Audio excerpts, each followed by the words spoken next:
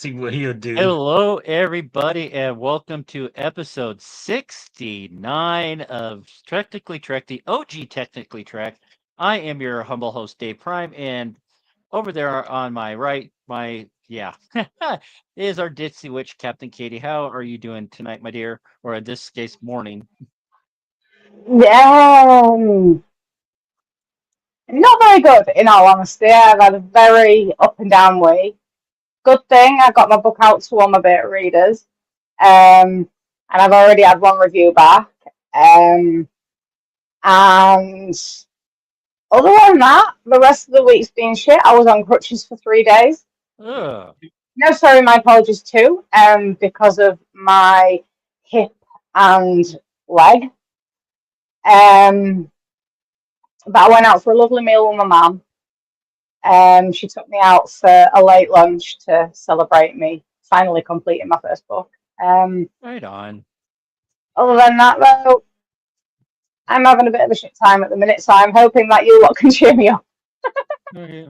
Well, Friday's going to mark 14 months of sobriety for me, so won't get a chip for Yay! that, but yeah, it's going on 14 months now. It's one of my friends in the house here just celebrated 18 months of sobriety, so yay for him. Yes, congratulations to him. That is absolutely amazing, and congratulations for you as well, Dave. Because as I've always said, your journey is, although it's been a very tough one, it's also inspiring as well. And I take a lot of my strength from your journey. Oh, thank you. Appreciate the help. Yeah, pray to the prophets that my allergies will let me get through this without coughing too much. But speaking about struggles, though, the Lady Val, the love of the life of Mono Interrami, I mean, she's on the mend. She got a pacemaker, but of course, with the American medical system holding her hostage, and well, it's a effed up, complicated story. If you follow Mono Interrami on Facebook or on YouTube, is saying you can he's been given daily updates, letting know what's going good, what's going bad, what hopefully here in the next week or so they're going to get her home and get some the help that they need at home. So prayers to Lady Val. I'm sure Brew is just itching to see mommy again. Brew is their black cat. If it and I'm one of the few people that cat actually stands when I've had to house sit for them in the past. So, which it's been a while since. I'm sure he'd love me. Mm. Oh, yeah, I'm sure Brew will just cuddle right up to you. But saying, if you want to join the conversation live with us, either by audio, if you're too shy to go on camera, I say just click the YouTube description down below. That'll let you hop in, be a part of the conversation. We got about seven slots available right now for people. Unfortunately, I got word from Tyson that he's not going to be able to make it tonight because he's picking his father up at the hospital. So prayers to him as well and his family, because Oh wow! I hope he's okay. yeah, that's what I text him saying. Hope he's doing okay. I'll have to But try and get in touch with him somehow, just so that he knows that I'm sending him much love and his dad much healing. well, I'd say, well, you could. There's always the Discord. You can always that's another place where you guys can join in on the conversation if like get it pulled up here. Oh, there it is. So if you just go to bit.ly/dt_fam, and say that will get you to the Discord channel, and you can sign up and join in all the crazy with everyone from the Dangerous Thoughts family, and keep up to date on when the flagship show is going to be back on the air. They're ready to go, but with Val's health, that takes priority over everything, which is totally Naturally. understandable, and I absolutely support that. Um, but yeah, so yeah, bit.ly/dt_fam. So I'll just let it go by one more time there. But before we go on, just got to give a plug for my partner Dubby. They make these great drinks. I am looking to purchase their s'mores flavor pretty soon, which you actually mix with milk. And when I talked about some with someone about that, they suggested hot milk, so make it a hot chocolate. I was like, that would be a great idea. But Now that I could get on board with. That I could get on board with because I'm not so bad with hot chocolate. But I mean there again, one one sip of that and I will probably be bouncing off the walls like Tigger.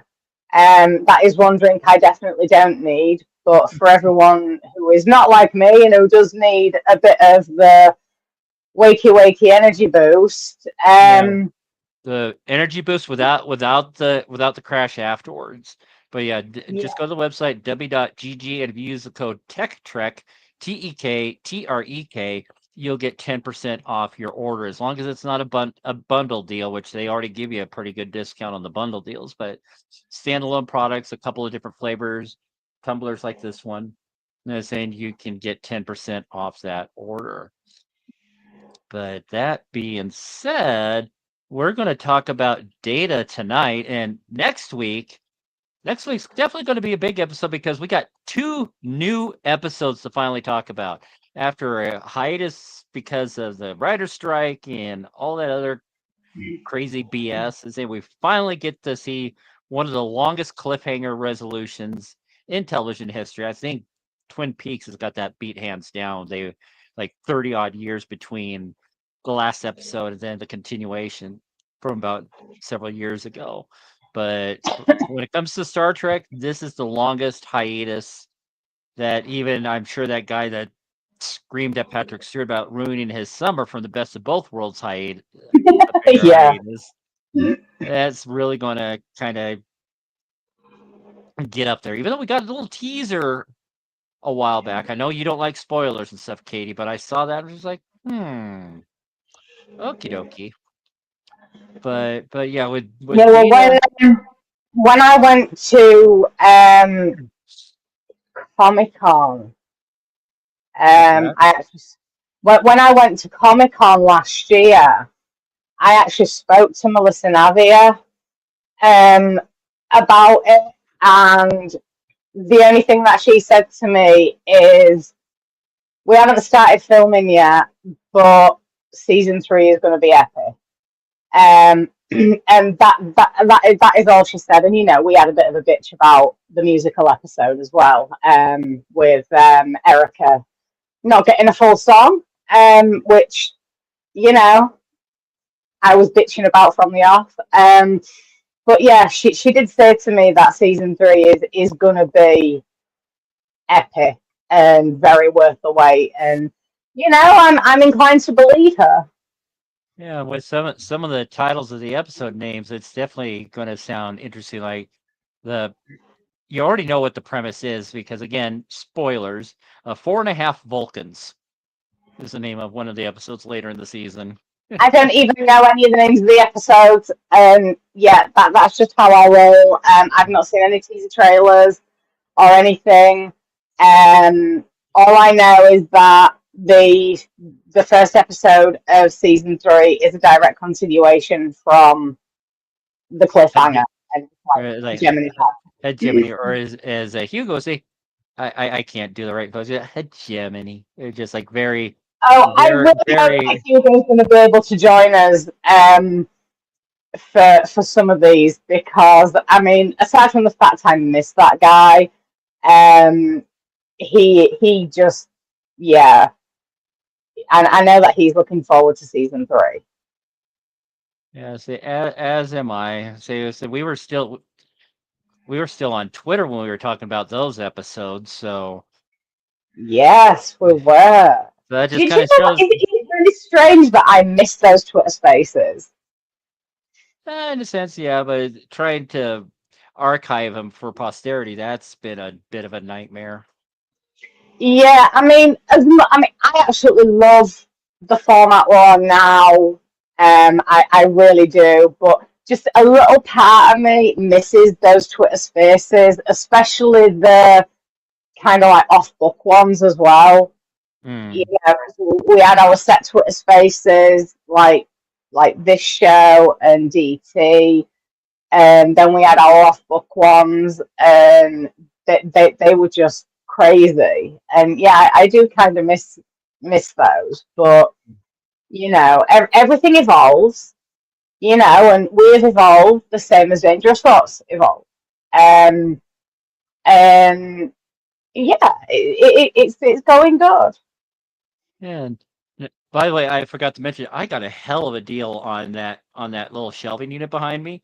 So I finally was able to put some more of my Star Trek stuff in the background. My pewter models of the Enterprise D, Klingon Bird of Prey, the Lower Decks gift box that I got from Paramount 2 years ago, and saying Yes, I've so seen that. yes, yay. And then of course I got that one last year, Mm. and my combat just decided to fall off. I guess it doesn't like the fabric that I'm using. So yeah, I tried to get all official and stuff since like Tyson he wears his, Travis he's wearing one of his, and just like mine doesn't want to work. Yeah, and I'm just a rebel. I don't have one. Yeah, eventually, I am going to get one. But yeah, on with the show. We're talking about Data tonight, who's striving to understand and emulate humanity despite his early on his emotionless positronic nature. We got to see him embark on a profound journey of self-discovery, starting on board the Enterprise D. Yeah, friendships that he made with Picard, with Geordi, among many others, like D'Souza. I see that's probably going to be one of the episodes. I think that was the character's name. Going to talk about that episode a little bit. Just kind of an all-encompassing everything about Data, saying talking about his pursuits with painting, music, Spot, um, and just tried to reflect on his quest on kind of balancing and working with that machine versus humanity. So let's dish about that profound journey through the series and the movies, and of course, culminating with season 3 of Picard. We are going to dish, and we're going to bring Travis on. How's it going, man? Hello, hello. Everything's going. Uh, Yesterday I went to go see the new Superman movie. Great. Oh, Anybody, everybody who loves Superman, go see this movie.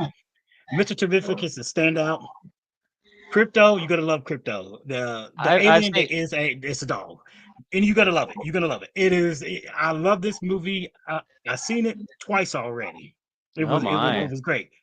But then, yeah, it's good. unfortunately, after I got out of the movie, I got on Facebook and stuff, and my one of my dearest, closest friends, my best friend, for the last about 25 years, his twin brother passed away.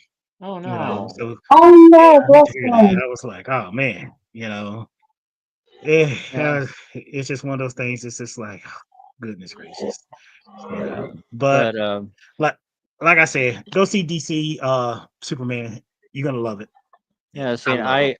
I got a bunch of these VIP tickets to go see a movie for free. I've had these things for at least a decade, probably longer. And say, but I went to Mhm. the one theater that I could use these at, and I asked them, saying, "Hey, I got these old." I showed him one of them, saying, "Can I go see a movie with this?" And he said, "Oh, sure." And he took it away from me. He said, "Oh, no, no, no, no, not now." I say, "I just wanted no for later." And say, Yeah. since I got a bunch of them, so once Superman's been out for a couple of weeks, hopefully I can use these to go see it for free. So Do it before and they drop it on HBO Max and stuff because you knowing how quickly these movies that they only last a very short window time in the theaters, and then all of a sudden mm, they want to stick them on social on streaming, which is to me killing the movie industry. It used to be almost 8 to 9 months before they come out on VHS back in the day, mm, and then you have to wait a very long time when they come out on VHS stuff because they go through a theatrical release, and it's like you're killing the movie industry. You only have them out for a short amount of time, and then you put them on streaming. And it's not to get talk about it. We go back to Data, but I like to see people go out to the movie industry because I'm a movie, fanatic. I have always been. The movie theatrical experience is the cheapest way to go on the dates with somebody and stuff. mm. You know, I love the movies, and I always want to love the movies.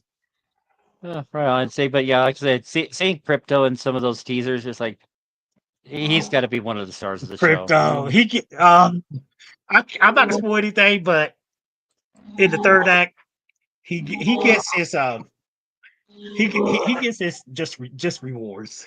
Something happens to Crypto, and you will see, and then he gets his reward in the third Right act, on. just towards the end of the third act. The only thing I see Crypto in is Titans. Say again. The only televised anything to do like in any way with like Superman or like any reference to him is in Titans. Crypto's in that, and it's not Superman that's in Titans. It's what's his name? He's kind of like a Lex Clark hybrid. Is it Connor? No, not Connor. Yes. I know you talk about. Yeah, the Yeah. Lex Luthor made he in the comics he literally made a being, a clone of Clark Kent, aka Superman, and himself. They share a child together. Lex Luthor and the Superman share a child together. It's wacky and but you know what? It's written in the comics, and it does right. And I know what you talk about. It's Connor. I think it's Connor Kent, something like that. I'm not sure because I know that it was kind of like this character was like referred to in Smallville, but I don't think he survived. I can't remember. It's been a while since I've seen Smallville now. Phil, yes, he saw it. He loved it. I love Crypto. Crypto, it's the toy. Yeah, I know that I'm going to love Crypto, but I mean, eventually I do want to see this movie. I really do, and I know that I'm going to love Crypto because he's probably going to end up being my favorite character. Terrific is really the standout out of everybody, out of the characters. Mr. Terrific is the most standout character. I cannot wait to see what they do with the future of Mr. Terrific. Mr. Terrific was awesome. It was the most they call it comic book accuracy comic in that you have ever seen. It has a little wonkiness in the CGI, but it's the most comic book accuracy, in a long time since we've seen it and stuff. And I liked it. Oh, I loved it. I loved it. But let's get back to let's get back to this concludes for now at least the technically part of Technically Trek, which one of the things we stand out amongst other Star Trek podcasts is that we do encourage live participation with the listeners and viewers. So we got 44 subscribers. We'll get you on in a second here, Phil. I can see him down there waving. I love that guy. I wasn't sure if you knew if I was waiting there or not. So it's like, You see, I would have added to, but I don't know how to work the cameras. I've done it once, and that was a complete fluke, and I don't know how to do it anymore. I'm absolutely terrible with technology. It hates me. I kind of am too. So. But yeah, just going really back on Mr. Terrific, just seeing the teasers, see him in the commercials. The outfit is very close to on par to Mr. Terrific from the Arrowverse as well. Book accuracy, comic book accuracy. So for a second there, I thought, did they actually hire the guy that was from Arrow? But it's like it's like totally different name, so no. Well, this guy is 10 times better than the one from Arrow. I mean, don't get me wrong, the one fit in the Arrow universe, but this Mr. Terrific, you'd be like, okay, this guy is something else. I liked him, and I hope, like I said, we can see him more. Phil, you saw it? I did. I won't spend too much time on it, but it was just a fun movie. Like if you're looking to like just get away and just watch, and it's bright, it's lighter than the last incarnation. Like there's more humor.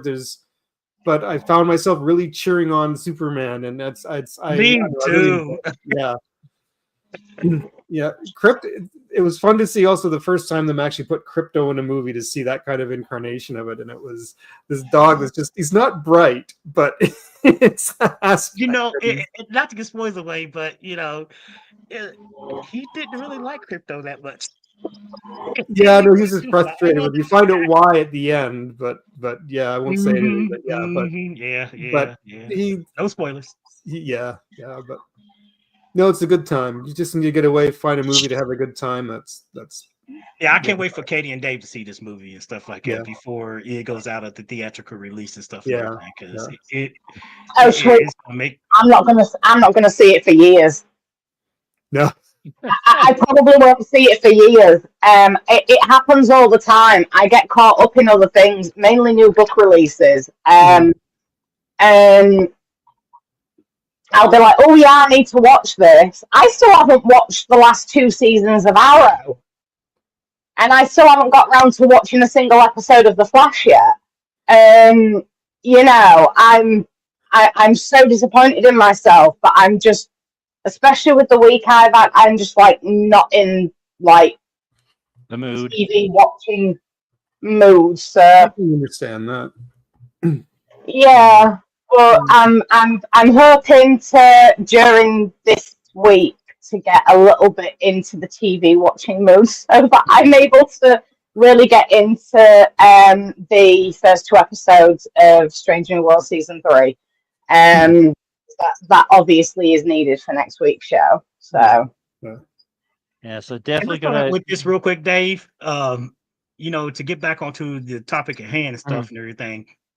I was gonna say this. Do anybody remember if you guys can remember Star Trek Nemesis? When they was in Picard's quarter and they was at the it was the end where they was toasting to celebrate Data's life.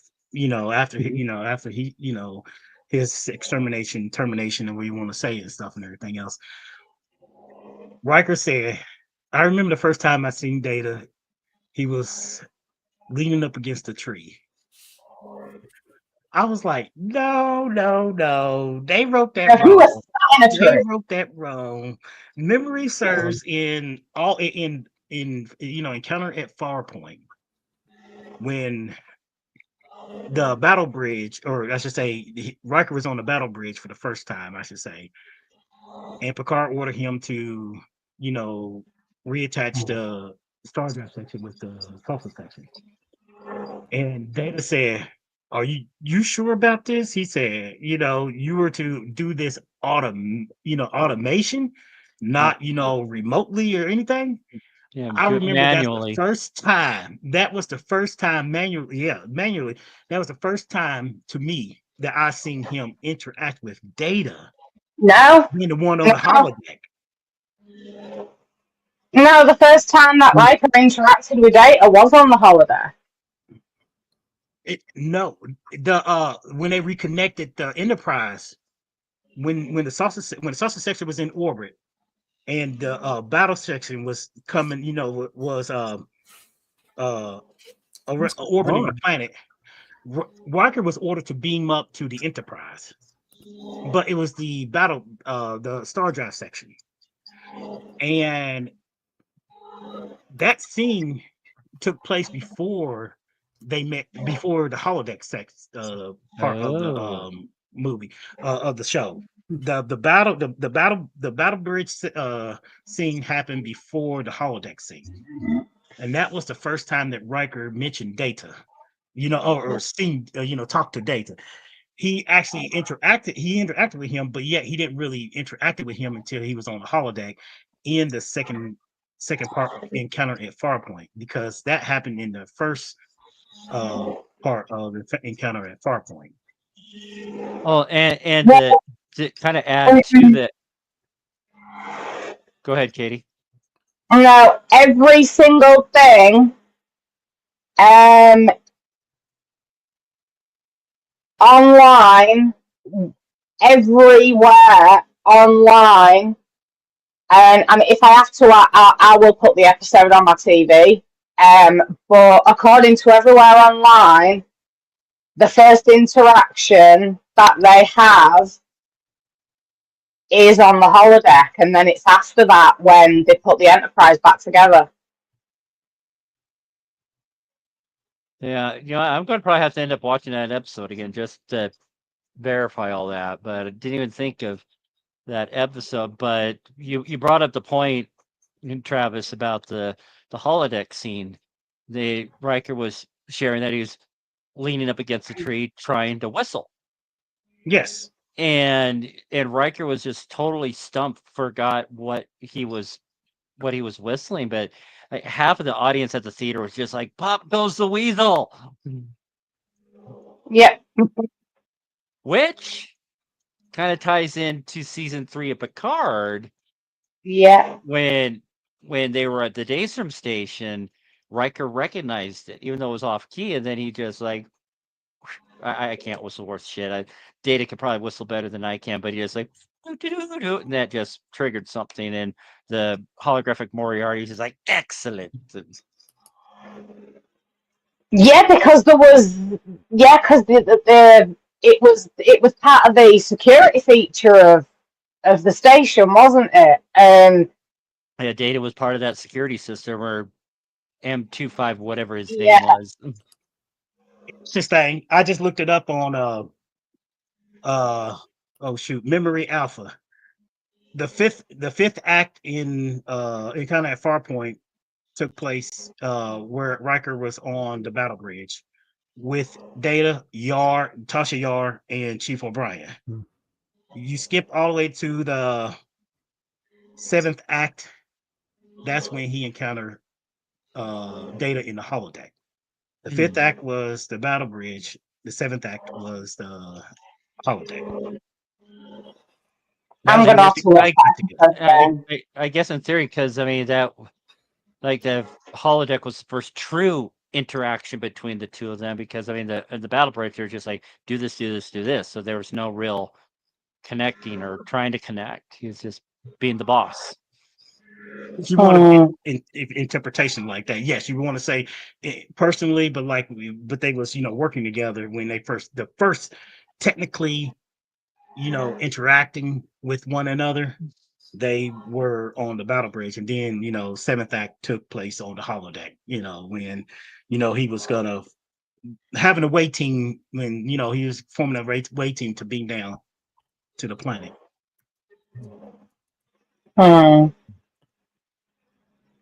Yeah, but kind of just bouncing around, saying, because there's like so many episodes we want to talk about. The one that I want to discuss is Descent, when Data experiences emotion for the first time, killing that Borg drone.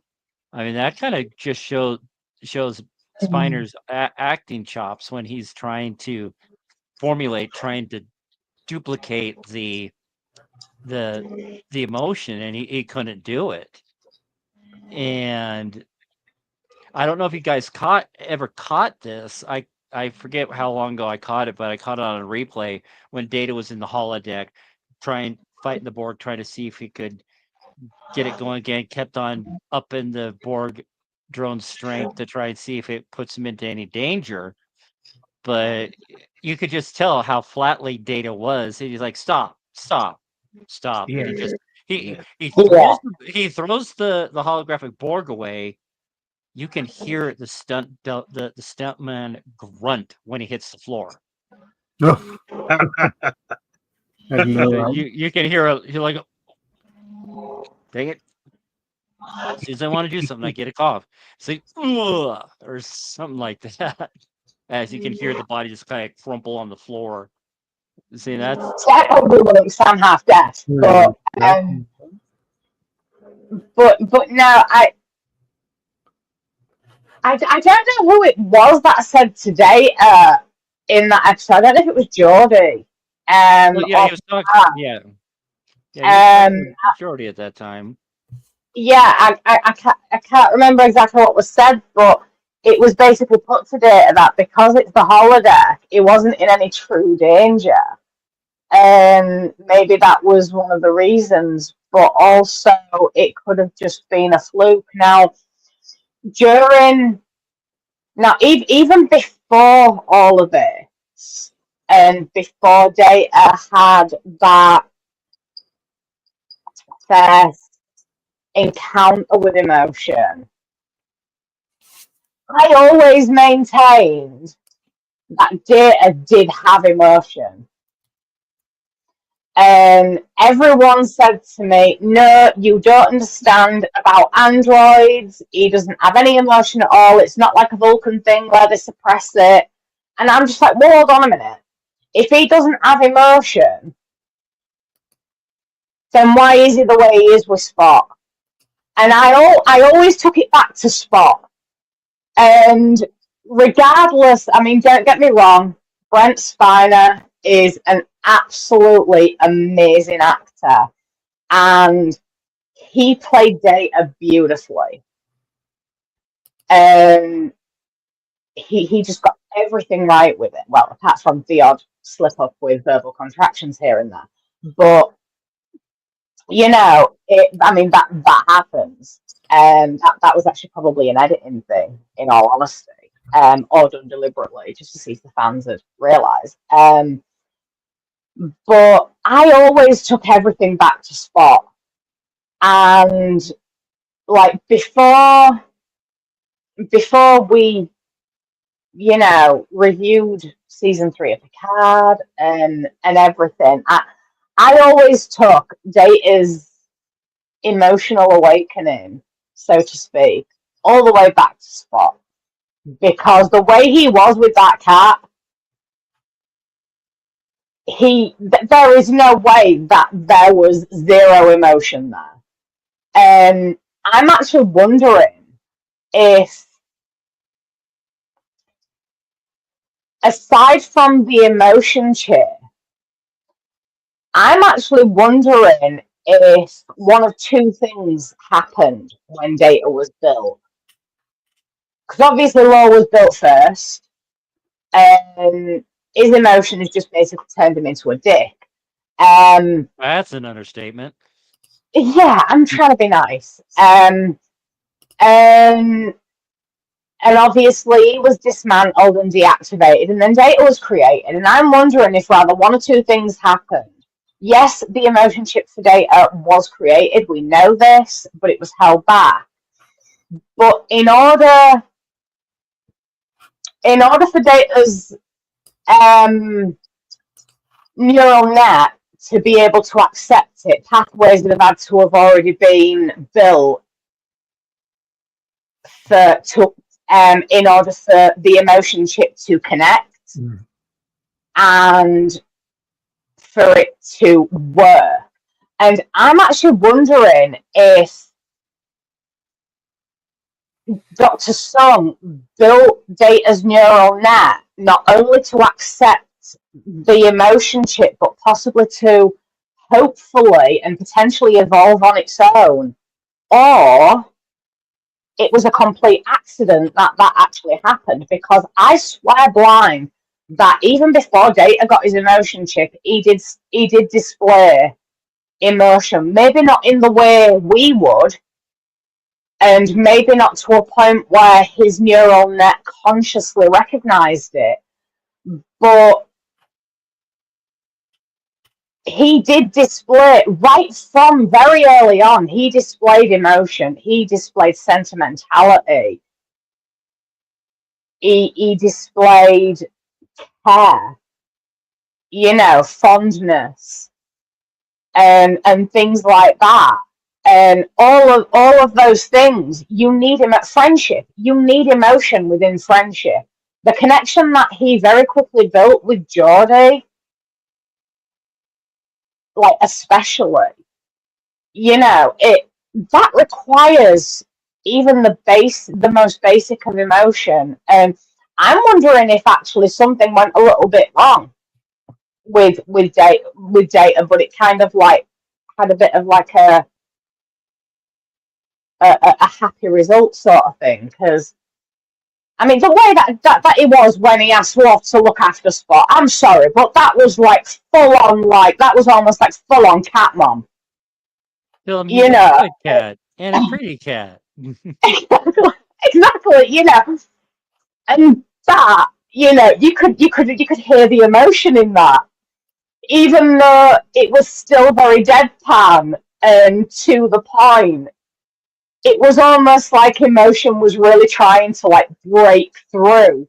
And then the look on Worf's face is just like, I will feed him. And then Data just like, yeah, all right. But even Data knew that it was being a little bit too much, And now all of that, for me anyway, all of that requires some level of basic emotion. And I still maintain to this day, I don't care who disagrees with me.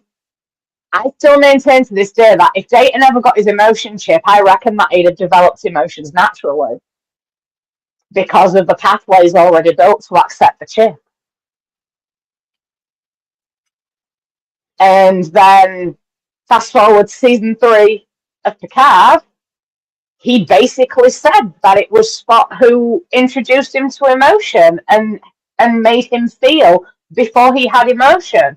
And he understood that basically there was like a subconscious level of emotion there that never registered. And I thought that was beautiful. And, of all things, a cat.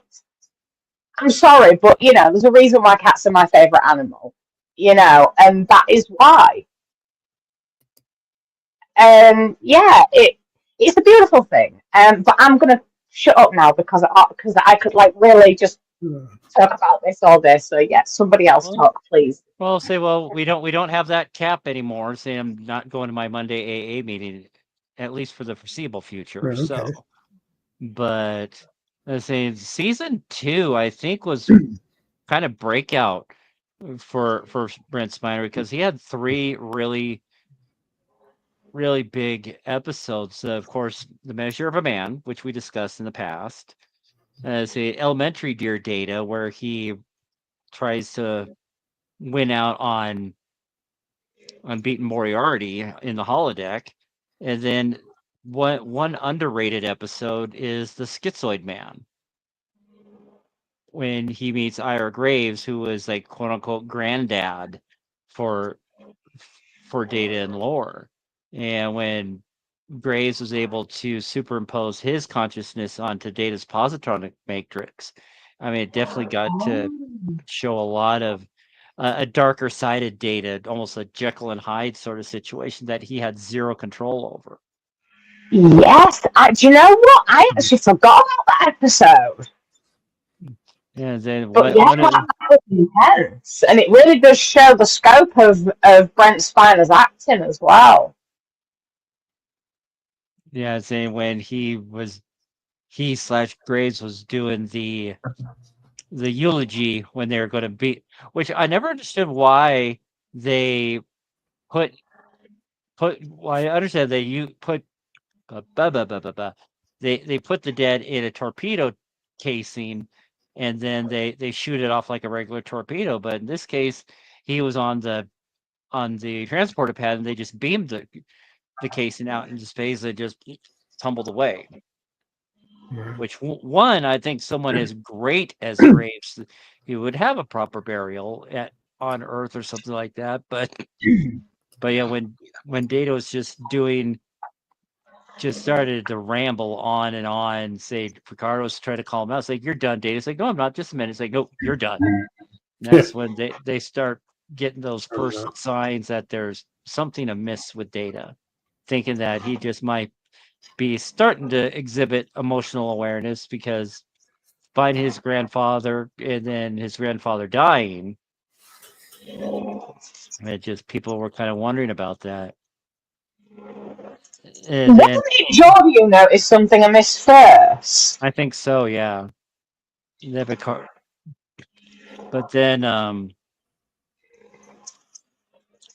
then when Graves' girlfriend was in 10 forward and Graves didn't know Data's strength and actually almost crushed her hand. But that's when I think at that point, that's when Graves realized that I can't do this, and downloaded himself into the Enterprise computer instead. Yeah. I mean, I suppose that, you know, hurting somebody like that, who you love, you know, like not knowing your own strength, as egotistical as Graves was, he really did care for that girl. And I think that really is the only thing that could have snapped him out of it. As heartbreaking as it is in a way, you know, I think that nothing. I don't think anything else could have snapped him out of it and made him see sense. Yeah, and his utter shock and confusion when she turned down his offer to make an android body for her so the two of them could live forever, and she was like, I don't want that. Saying when my time's here, my time's here. Mm. And that was, I suppose, in a way, that was a bit of a heartbreaking moment for him. But I don't think that at first, I don't think he understood it from her point of view.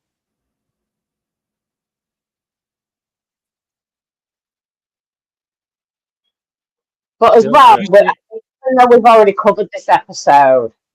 Remember that moment. Sorry, what was that, Phil? I was trying to recall that moment. I seem to like I know I've seen the episode. I'm trying to remember that moment in the back of my head.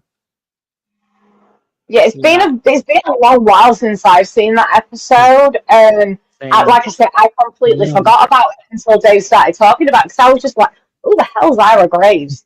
Like, granddad. What I want to say is, the 2 episodes in season 2, as you pointed out in season 2, to me that really stood out on Data was Pen Pal and Peak Performance. And which one? Pen Pal and Peak Performance. Oh, Peak Performance, yeah. Could you just give a quick synopsis of both of those episodes, please, just for my benefit? Because I have no episode, I don't know episode names really. Well, Pen Pals, that's the episode where he befriends Sarjenka, an alien whose planet was like going through a whole volcanic insanity, and Wesley was in charge of the mineral, whatever team, Geological mineral team. Exactly. But Data took it upon himself, but in violation of the Prime Directive, to communicate with this little girl, and then Picard told him, you need to cut off communication. And just as he was about to do that, and saying she's on the radio again, on subspace again, saying, I'm scared. And so Picard made the choice to violate the Prime Directive to save her. The one thing that's what I want to talk about is Data took it upon himself without talking to Picard first. He answered the distress call himself, and that forces, when he went to the holodeck and Picard was riding the horse, he forced Picard's hand in the sense where he gathered the senior officers, and they was in his quarters. And this is what I like about, like, different, like when they get together and they debate the fine ethical and moral dilemmas of the Prime Directive. Either you break the Prime Directive to save a civilization, or you don't and let the civilization die and stuff. I love the little fine points that they had in the quarters, where they argue, should they or should they not get involved. It was such a really good thing where, you start to look at it and you'd be like, who are you to say that, in a sense, to say this, just like if we were to go out, we can save different civilizations, different species throughout the cosmos. To them, we would be gods, which we're not. And the Prime Directive have to remain. The Prime Directive reminds you that you're not a god, and that the civilization that know about you would think that you are. But on the other hand, you don't want to see suffering happen, because that's one of the things about human beings, in a sense, human beings don't want to see suffering happen, and stuff, but you weigh those moral and ethical dilemmas and stuff. And that's what one of the fine things about that particular episode is, how are they going to get through it? Up until that point, what were they going to do? And stuff and everything else. And then Data did a one thing. Picard, to his better judgment, he allowed Data to beam down to the surface, but he did not know he's going to bring aboard, which really irritated him. A kid, and she was on the bridge. But luckily that Dr. Pulaski was able to, erase her memories. Hopefully, because we never heard a scene, from Sajenka again and stuff. But that was one of the things that I noticed too about like Data in the fairly on in the early parts of TNG. It's like he knew, but yet, he still did it anyway. He knows the rules and regulation better than anyone, because if he exposes something, a moment, something, a fact or something like that, is retained in his memory forever. But that's one thing about pen pal. And then too, about peak Performance. performance, when he lost to Korami in Stratagema, Rami. it really shattered his ego. Oh yeah. It really shattered his ego, because people would say even Troy and Pulaski were basically, you went to Picard, and Picard had to like shake some sense into him and stuff and everything. It's like, oh wow, I would guess this from a biological organism and stuff, or someone who is flesh and blood, but Data, getting having an ego trip right now, in a sense, about him not beating Kurami in Stratagema. That was a pretty interesting episode too. But pen pals and peak performance set my Oh, eyes. and that the peak performance is probably one of the best quotes that Picard ever said, But talking to yeah, Data. It is possible to commit no mistakes and still lose. That is not a weakness, that is life. Very true.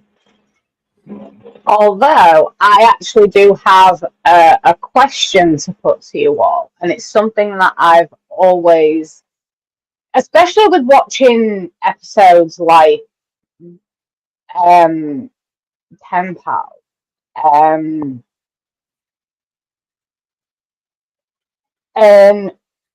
we saw it in Insurrection as well. I can't think off the top of my head any other examples, but Data has an ethical and moral subroutine. And as we saw in Insurrection, when he was fired upon, those subroutines took over. And that's why he exposed the Duckline mission to the Baku. But my question is, how much difficulty would that have caused Data throughout his career in Starfleet? Because yes, there is the Prime Directive, and he is a Starfleet officer. He is, because of his programming, especially, he is bound by the oath that he took and orders that he's given. But in regards to his ethical and moral subroutine, surely, especially because of what we saw in Insurrection, surely there were parts of his programming that sometimes clashed with Starfleet and their rules and regulations, the Prime Directive. And I've always wondered just how often Data's subroutines were in battle with the Prime Directive. Because surely, even though the Prime Directive is in place for a reason, surely, especially because of what happened in Insurrection, there would have been other times where the Prime Directive in Data's mind came into question. I was just wondering what you guys think about that. Oopsie.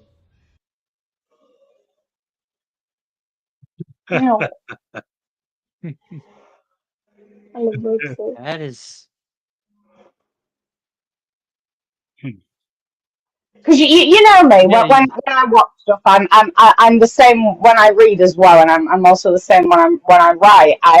I delve into the deep psychology of things, and Data has always fascinated me. He is one of the reasons. He is like the main reason I fell in love with Trek. Well, aside from the Borg, but you know, it's something that I've always questioned with Data. And just the deep psychology of it's always fascinated me. Yeah, see, in a case like that, I honestly don't know how to answer your question. So I want to put it out to the people that are watching live right now. Just be sure and click like, smash that like button, hit the subscribe bell so you can keep tabs on everything that we're talking about. But I wanted to double back really quick on something that Sean, which welcome by the way, man. Thanks for joining us. That he named one of his children after Data. Oh, Yeah. I love that. Yeah, see, I'll throw it up there again. Just like I've always said there's like you mentioned peak performance, and I wanted to bring that one up because Data's reactions to things have always kind of led me to believe that there must be something forming in him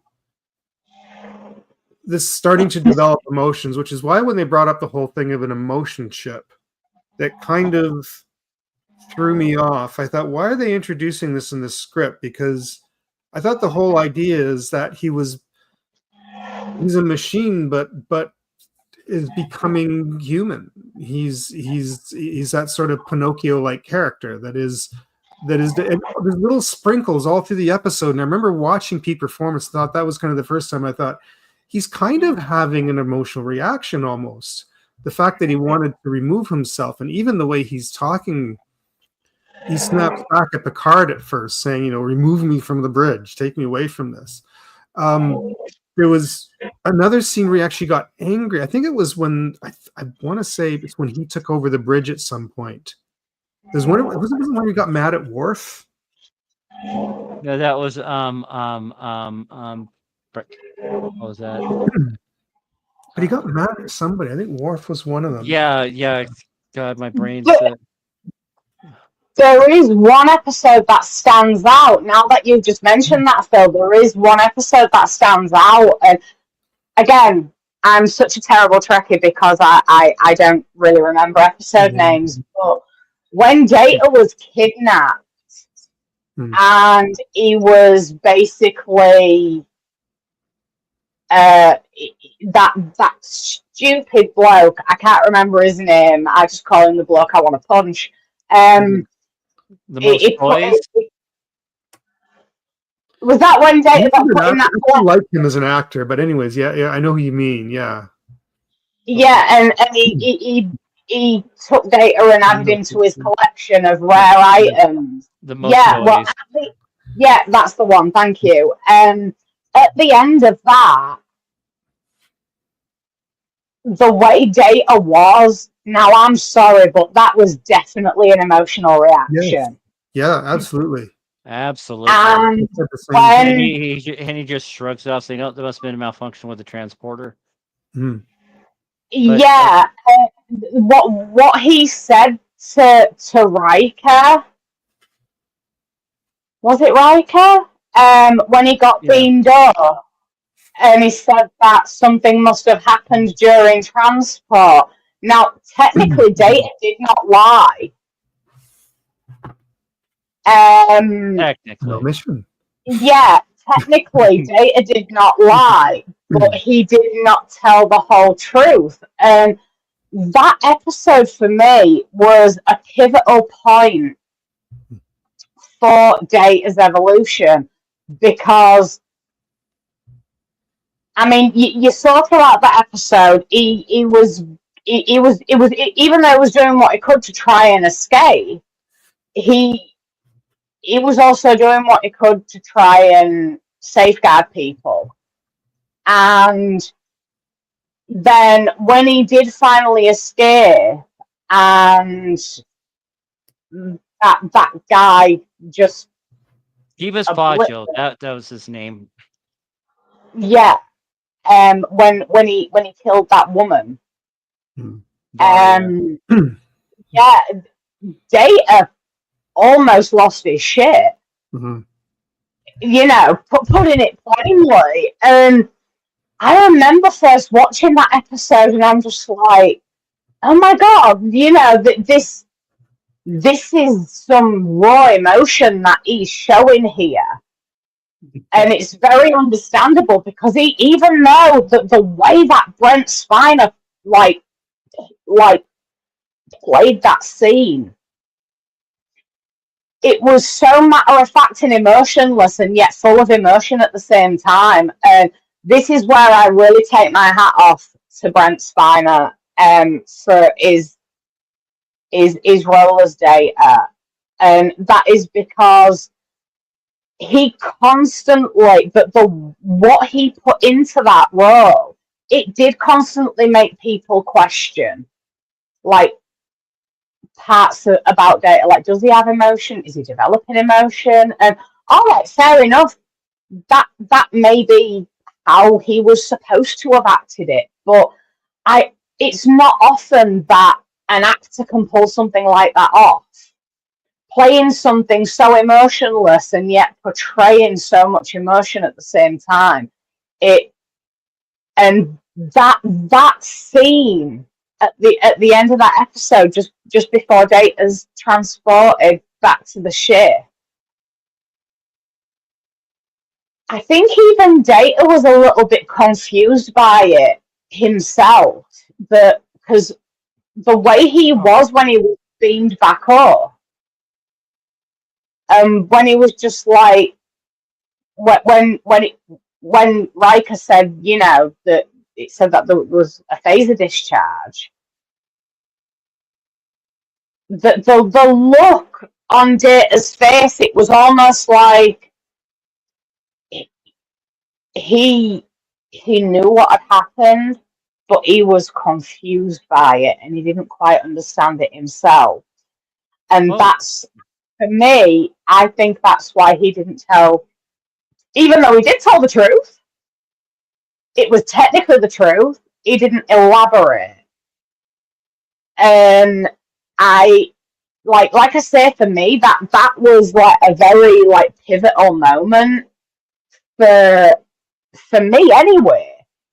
As a viewer, it was a very pivotal moment in Data's evolution because there are so many questions surrounding that. And I'm really, really glad that Phil brought up what he did, because it does raise a hell of a lot of questions. Well, here's something. Do you guys remember in Redemption Part 2 when he took command of the Starship Sutherland? Sutherland, yep. And his first officer, the Lieutenant Commander Christopher Hobson. Hobson, yep. You remember that scene where Data, yeah, he brought the ship to a halt? And he's like, Picard's calling us. Picard telling us to do this. I mean, Data, he was doing his own thing, and he just the look, the stern look on his face when he ordered him to fire, and he's just like, fire, and he's not doing it. He's like, fire.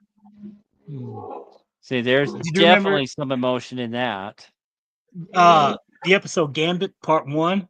That's the other that episode that I think Katie was trying to think of as well. It's like Gambit. I pulled that up and just like, yeah, when Data dressed down Worf. Part 1. But Yeah. on the flip side, though, when Data went into the ready room to talk to him about Worf's behavior, just like Data was standing his ground. Data was in command essentially, with Picard supposedly dead, Riker kidnapped, to put Data in command, and Data was firm yet gentle with Worf, just like, if you don't want it, I'll just put it as a transfer. I won't put it as a reprimand. Blah blah blah. But then he's like, I am sorry if I ruined our friendship. And then Worf came back and saying, if anyone was risking that friendship, that was me, not you. Yeah. I loved that moment. I really did. I am so sorry. My eyes are just, allergies. I hear you. But there was a lot of those moments for Data, and the first one of those moments was Measure of a Man.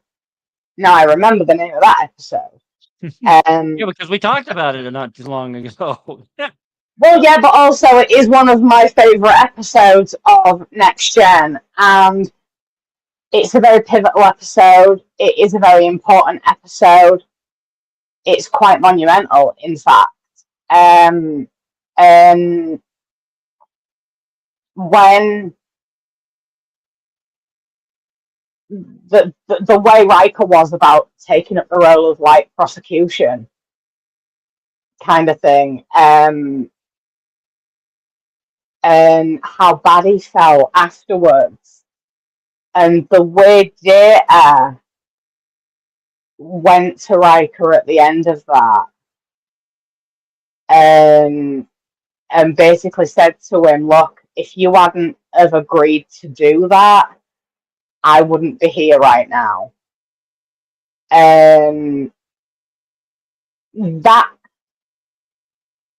That for me, especially after everything that had happened in that episode, and what parts of Data we all saw, because that was like the first time there was any form of deep dive on Data, really. And you really did see what kind of person he was. Not an officer, not an android, not a man, but a person.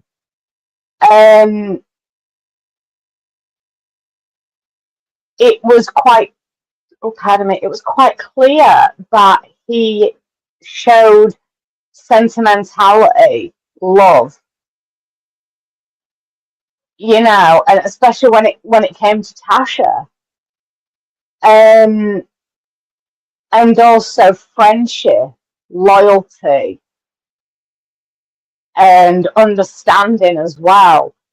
All of those things are emotion, and that final scene between Data and Riker, that really hit me in the feels, and I always get so emotional watching that final. Well, I mean, the full episode for me is quite emotional, but I always get so emotional at that final scene because that was the first time, really.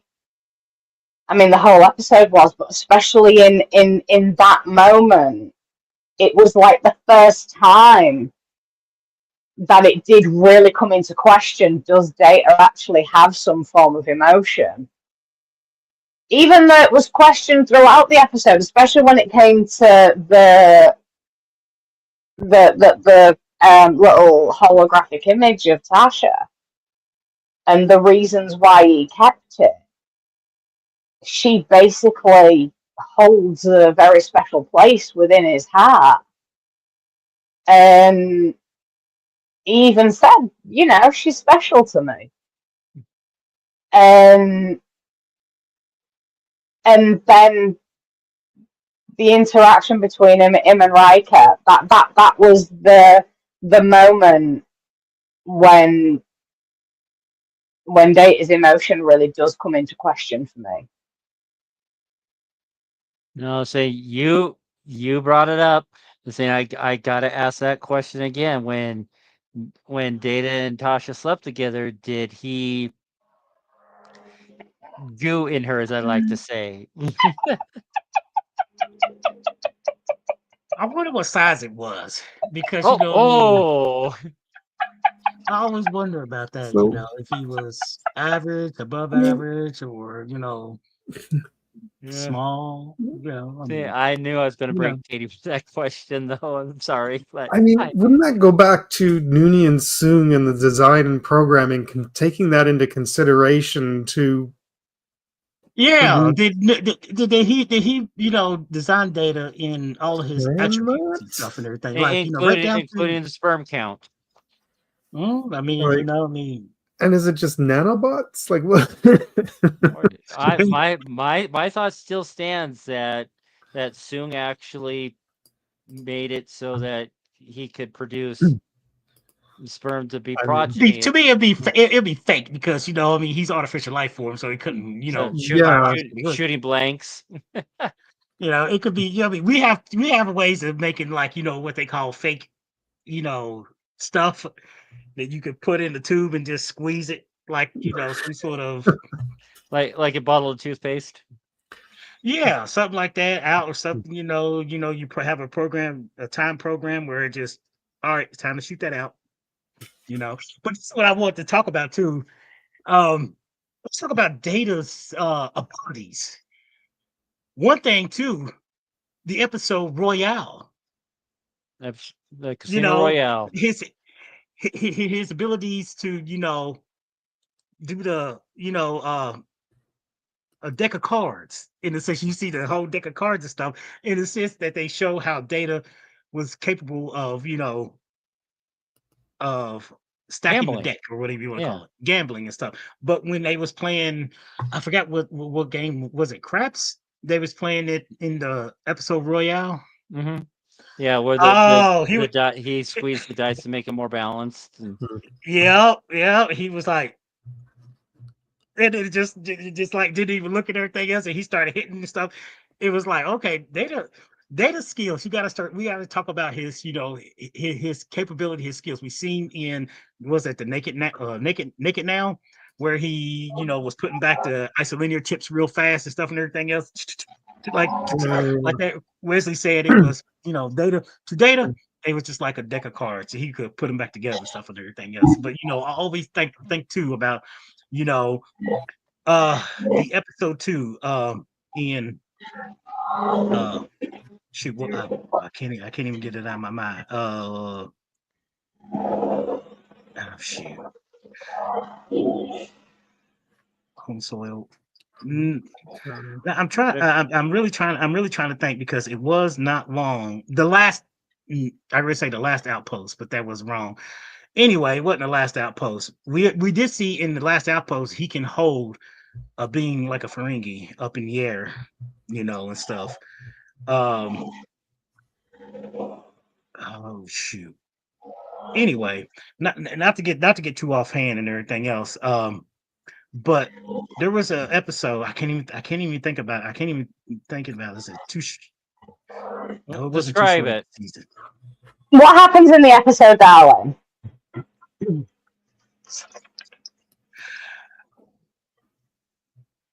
Do you guys remember when they went on a planet? It That was narrows it down. in the wait. They went on a planet and Picard left LaForge in command.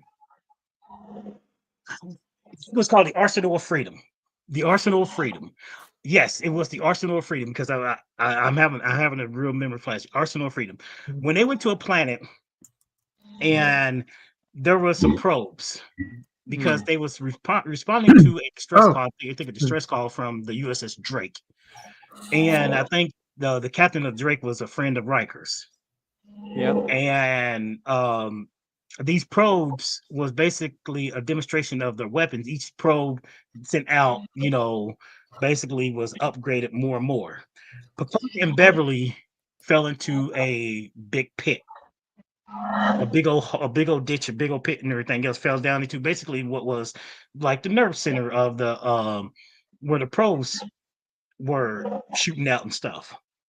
Well, I know Tasha was on the away team, Riker, Data, and basically, they was trying to find cover and stuff and everything, but they was actually was able. LaForge separated the ship. He sent everybody that he could that wasn't, all non-essential personnel on the social sector away from the planet. And he went and he used the star drive section basically to, go back to rescue the away team. Now, in that episode, I remember seeing that when Riker was on top of the surface and Data was on top of the surface, they were trying to figure out a way to get down to Beverly Crusher because she was injured. Data said something on the line of, "I think I can make it." And Riker said, "No, I don't think that's probably over. I forgot 15 meters or something." He said 11 point something meters, something like that. He said, even with that, he said, "I still don't think you can get down there like that, Data." He said, "I can." But it showed Data can jump 11 he could jump down 11 meters and still be fine. That's another little thing that I like that I saw that was like, oh man, this android is really that's another versatility about being an android and stuff and everything. And he's got speed, he's got his hearing is really good, he can jump down real far. We also know he can cover a good distance in a short amount of time as well. Not sure if he runs or he walks and stuff, but he can cover a good distance and stuff. But like, the things that he can do too, let alone how he can process, calculate things and process stuff and everything else. TNG showed a lot of versatility when it comes to Data's abilities, when sometimes he has to save the crew himself. It comes down to like, what happened? Data's not in the picture and everything, but all of a sudden Data pops up and whoo, he's the one who's actually saving the ship and everything else and stuff, which was pretty nice. Especially what was that episode? I believe it was Galaxy Child. No, it wasn't Galaxy Child. Oh shoot, it was one with Laxana Troy. She was on the ship with Alexander. She took her part and stuff and everything. They had some sort Quality of of life. like yes, quality of life with those crazy Bubblehead things. Yeah, and stuff. It was great. They all passed out because life support was at a minimum and stuff and everything else. Data basically, was able to get those the infestation, those or whatever kind of parasites that was in this affecting the entire ship and everything else to get them out of there and stuff. But it showed that Data can exist in the vacuum. Yeah. The things about that, a lot of stuff too that I like about how we saw about how Data can do a lot of stuff, especially like I said in the episode Royale where he fixed those dice and he had that chick blow on it. I was like, oh man, if they only knew, she blowing on that like that, that'd send shivers down somebody's thigh. See, one of my favorite episodes with Data is, oh crap, I had the name in my head then of the episode, and I was so proud of myself for remembering the name of it.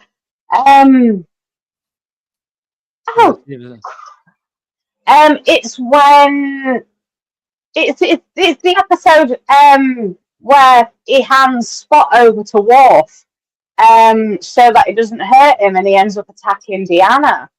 Phantasms. Phantasms, that's the one.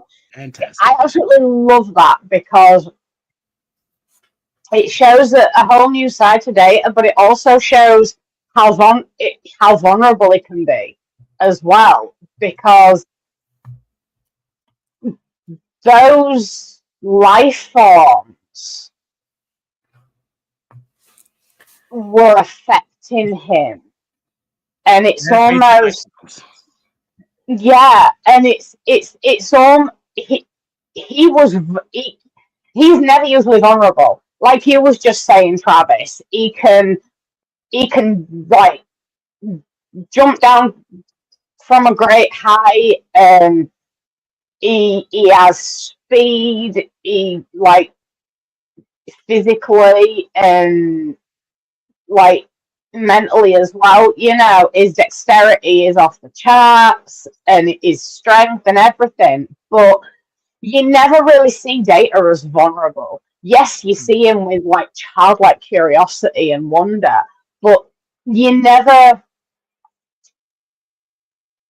It's always Data that can do things when other people can't, because he doesn't have those kind of vulnerabilities. When in schisms, when people were, you know, going doolally through like asleep, and then that other episode as well with the like the nightmare type scenarios. I can't remember. Although I do love the scene in that episode where all the dead bodies just sit up and Beverly freaks out. That is beautiful. That's Night Terrors. Yes, Night Terrors. Thank you. You know, Data isn't affected. All of these things, Data isn't affected. The only other time you see Data's vulnerability is when he's affected in, is it episode 2 of season 1? When there's that intoxication virus, when he ends up having a tit with Tasha. That's like literally the only time that Data is in any way vulnerable.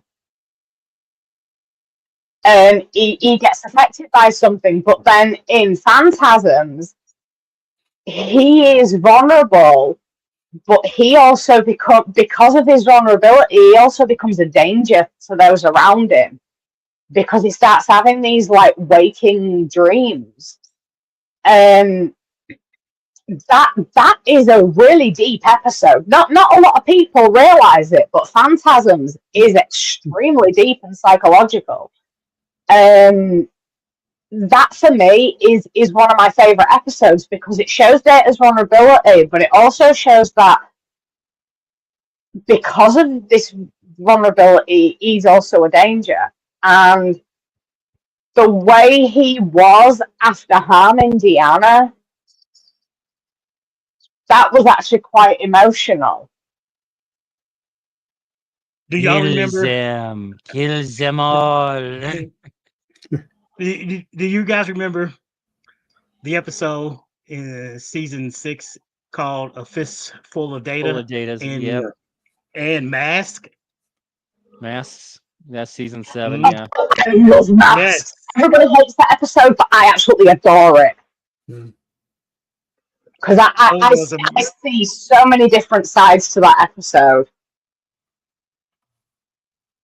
But I love that episode so much.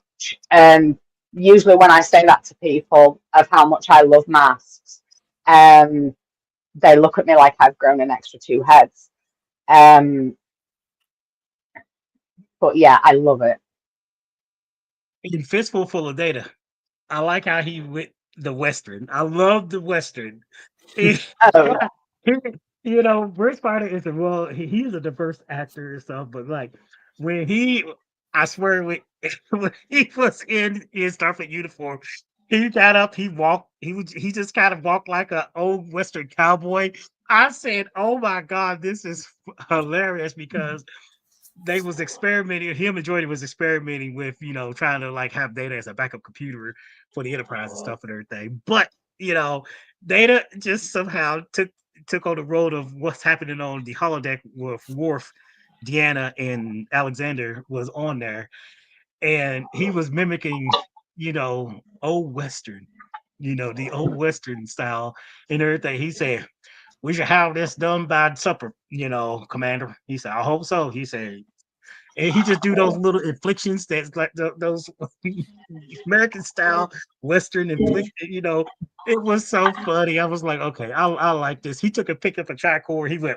He flipped it up and put it back in the holster. I was like, okay, that was pretty cool. But that Kind was of a wonder how many Yeah. takes pretty, that took. thing about Data. Dave.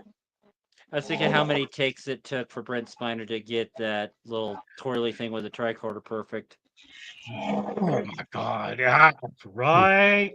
Oh my This goodness, is why I would love to get the DVDs of Next Gen, because a lot of them now, when they're produced, they do have all like deleted scenes, the gag reels.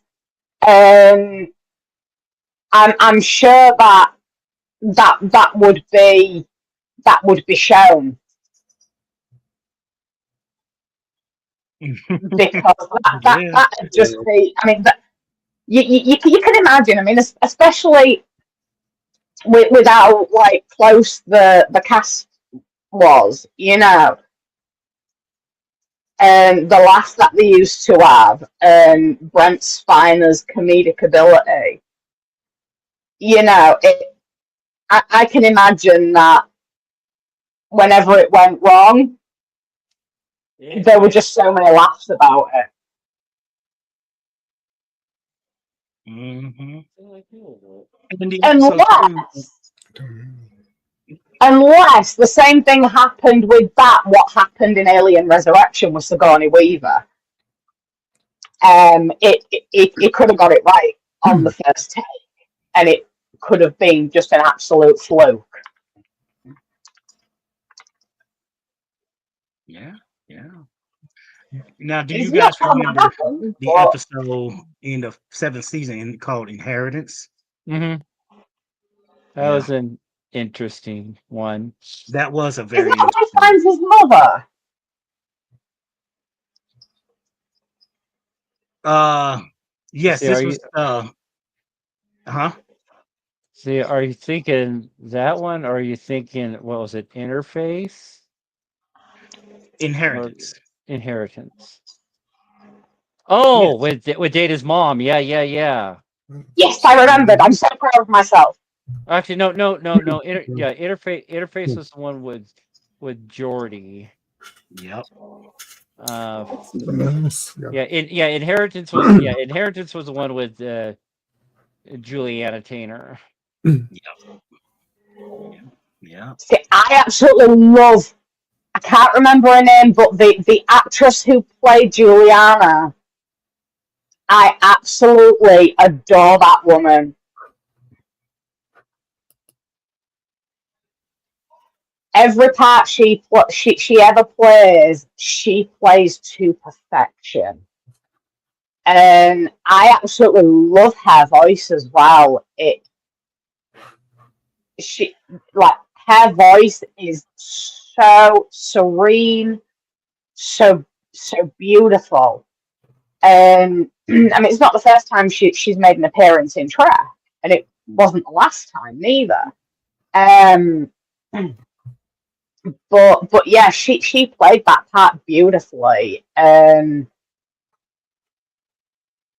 yeah, Data's reaction to finding her was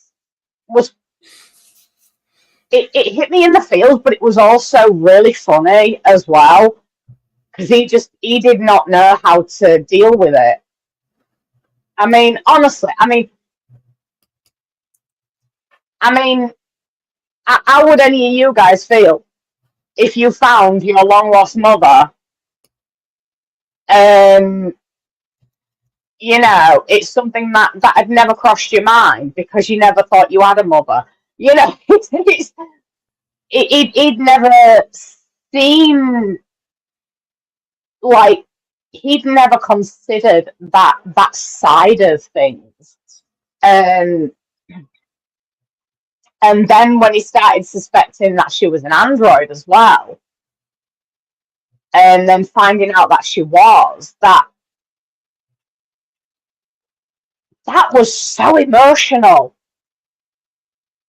Data was so emotional, and I'm just like, screw this, of course he has emotion, look, you know, that's proof.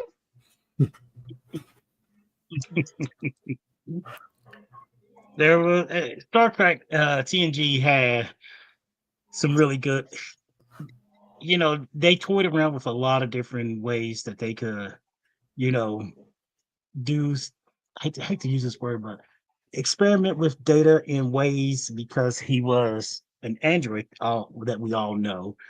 And it's like, what the writers come up with, what can we do this season with, you know, data?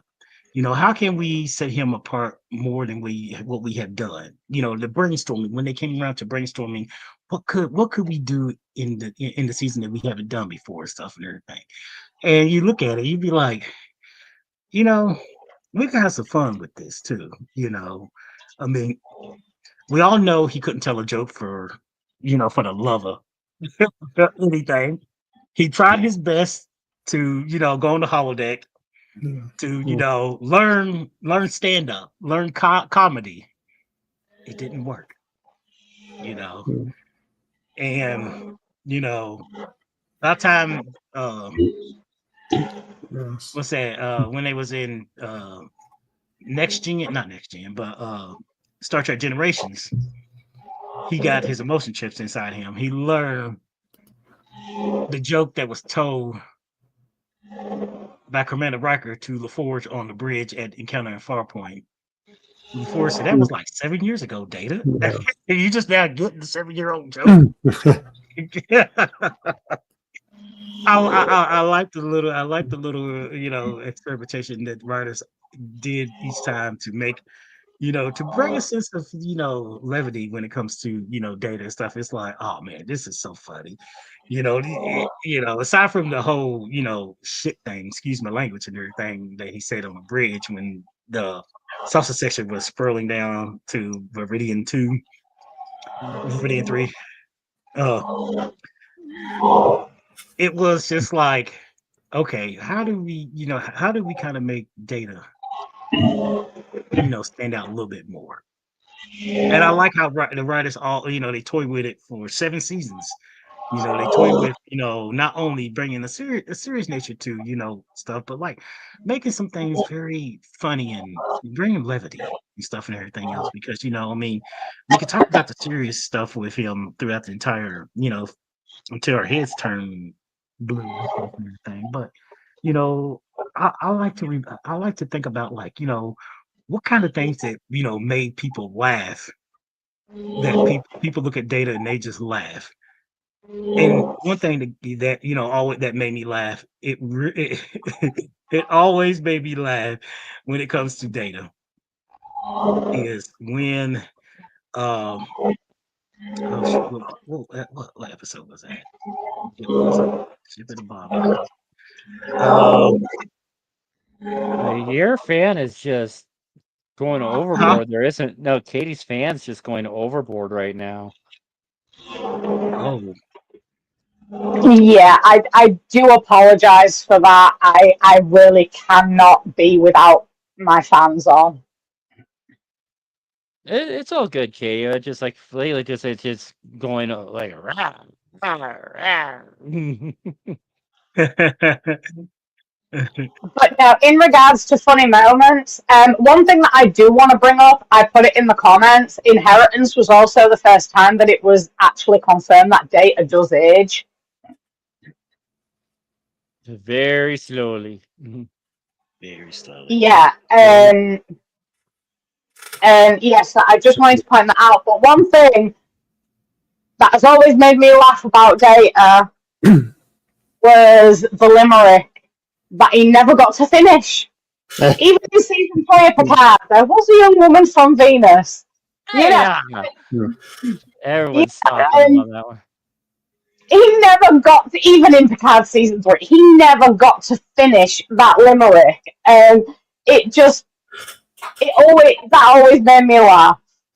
Like, just it was just one thing about him that always made me laugh. But there were times when he would say something, and I can't think of anything else off the top of my head. But there were times where he would just say something, and I would just bust out laughing because he was like so matter of fact, and he was like being like deadly serious, but he's like, Here's something that you guys remember that Data was very funny that people I laughed at because at that time I was like, oh my god, Data, really?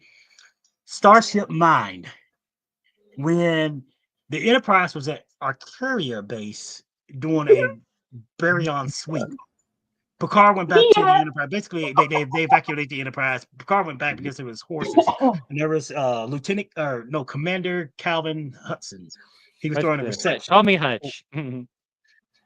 When small talk, when it comes to, I don't know, you say small talk or anything, stuff like that. Watching yeah. Data mimic Yes. Commander Hutchison. Yeah. I was just watching that scene recently. Made me so laugh because I was like, oh my god, did he studied him just for a little bit, and he's already got a vast amount of information and stuff, but like Riker said, how could two people talk about nothing? You know what I mean? They just talk about random facts, Yes. just random facts and stuff and everything. And when he walked up to Riker and Beverly, he said, Commander, Doctor, or Beverly, or whatever, shook her head. Call you Bev. Yeah. I was rolling. I was like, okay, this is Yes. They're stepping outside. They just kind of got a little, you know, he's mimicking, Hutchison. And I was like, this is just gonna be hilarious. I thought it was hilarious up until they killed Hutchison. Yeah. Can I mention something too that I'm kind of surprised hasn't been kind of brought up yet? But it's over the years how they've developed the friendship between Data and Geordi. Mm-hmm. How that became something, and that dynamics that they had in their friendship, and that it was the human counterpart. I mean, it was never like they made them. They didn't make them like a comedy duo, although there was some little bits of banter in that. But just that, it gave him that friend that Data could go to ask questions, and it was that that sort of that counterpart that and I don't know if that was their intention or if it just sort of developed over the years as the writing, but pointed out earlier the name of the episode, what's that, Interface, where LaForge was dealing with the loss of his mother, and he just stopped by Data's quarter, and Data didn't know what really. He just was like, okay, and he was just like, he just stopped by Data's quarter for no apparent reason, and Data just kind of like not knowingly aware of it. He called him out on, basically, he said, usually, people who say they stop by for no reason, they always have a reason to stop by or something like that, or you just basically, stuff and everything. That, and from what you were saying, Phil, that's the kind of like little friendship that they developed, because LaForge was just real sad, and he wanted to stop by Data's quarters for just not to be alone, I guess. Yeah. The only little thing that kind of in Picard season 1 that kind of frustrated me a little bit is that when we, presuming that we were losing Data again, that Geordi wasn't.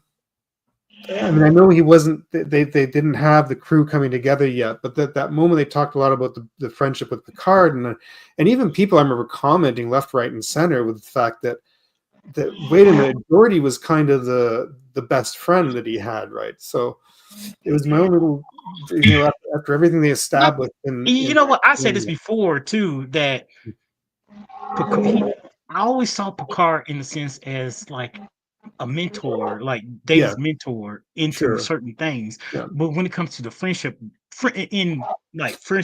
like best friends, he called Lafort his best friend. Yeah. But he saw Yeah. Picard like Picard did offer him some genuinely good, human advice, Agreed. that, and really made him, we even said one of the best quotes he said to Data was, when his ego got bruised by Kohlrami in Stratagema, and Picard had to, kick him, get him kicking his complacency or whatever you want to call it and stuff. But you're right about that, Lafort.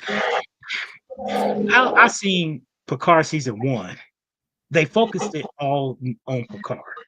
They mentioned names, and they had guest appearance. What's that? Jonathan Frakes, Marina Sirtis. Yeah. They had guest appearances.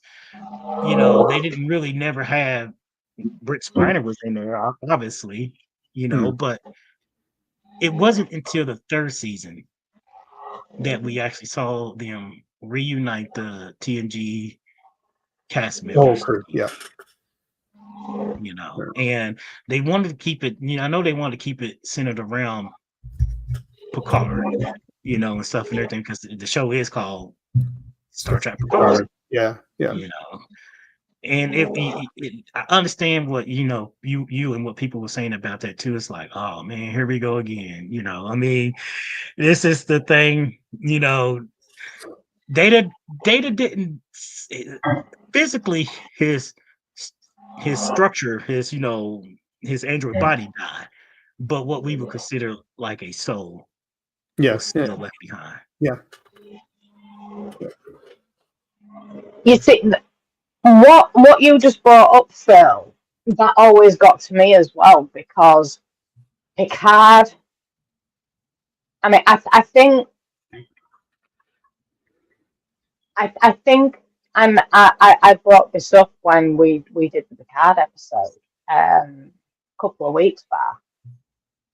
Picard was always more like a father figure to Data rather than a friend.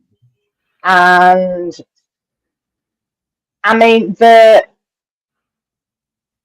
episode. Oh, I'm so terrible with everything today. I do apologize. Was it Outer Phase?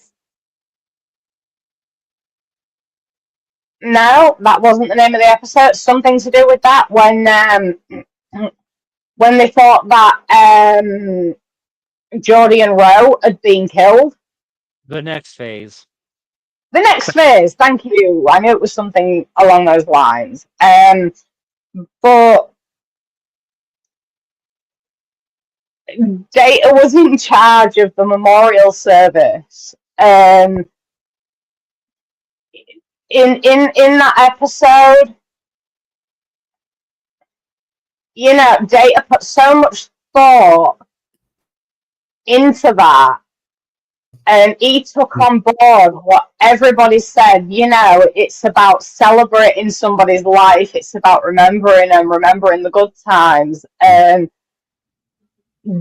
Data took all that on board, and he created a beautiful memorial service. I mean, I can only hope that my funeral's as fun.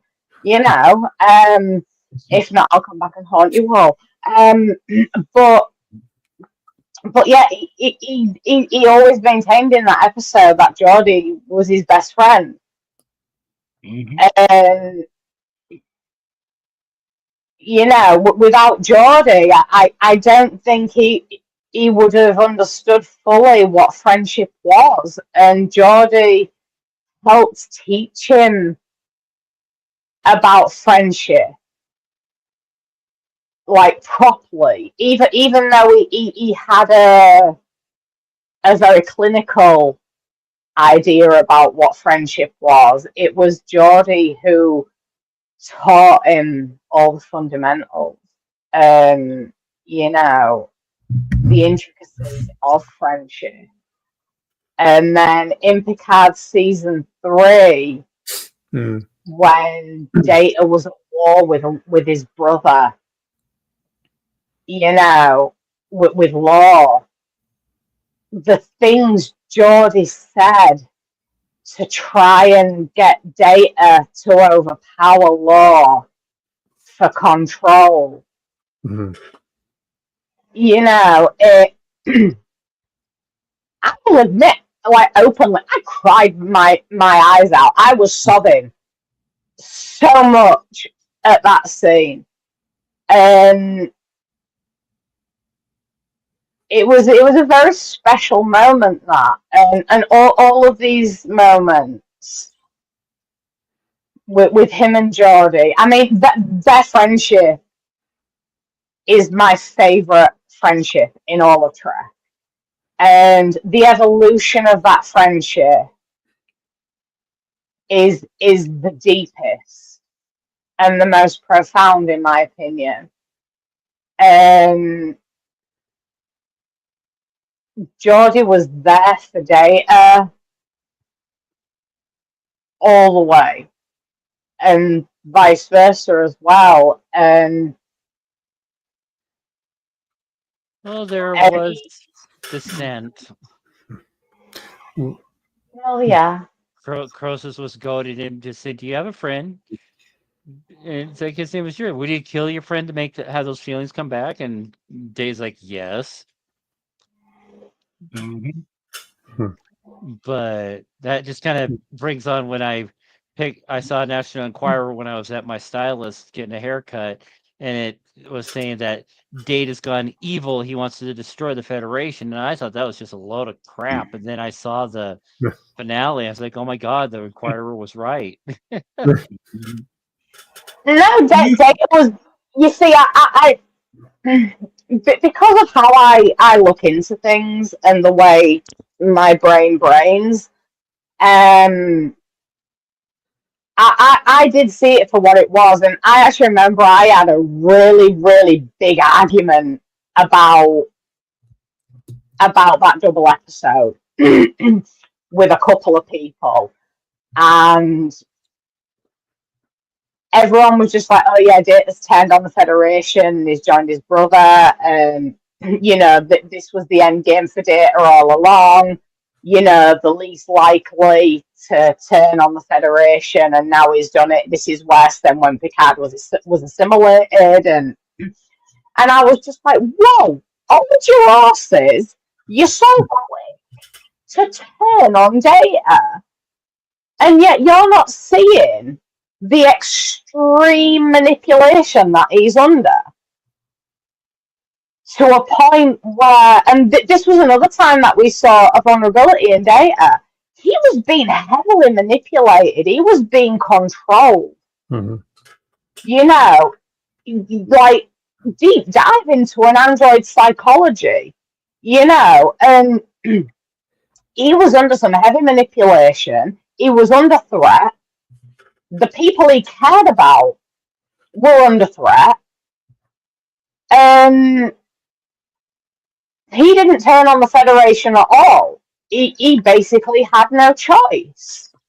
You know, he eventually got out of that situation with help from the people that he cares for. And just like with when Picard became Locutus, his family had his back and did everything they could to save him. And it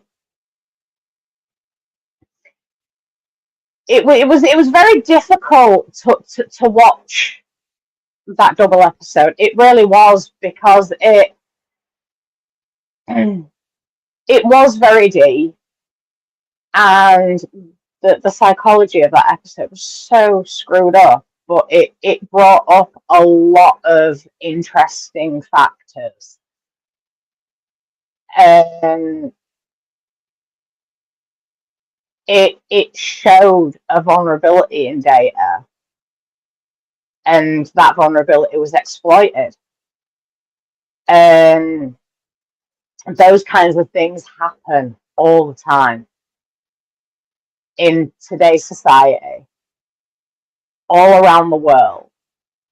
And that is the message that I got from that episode. Well, double episode, you know, but a lot of people were just so quick to judge and so quick to be like, oh, Data's turned evil and he's turned on the Federation, like kill the android. And it's just like, no, just hold your horses, whoa, Nelly, and So we had another great appearance of Hugh though in that double episode too. yes, we did, and Hugh did help Data. It just goes to show you. For me, that episode shows the true value of friendship and family as well. And I mean, I've always been a big believer that family is more than blood. And that is one of the really huge messages that I've always got from Trek. You can find family, you can create a family. Your family is who you make. Is what you make of it.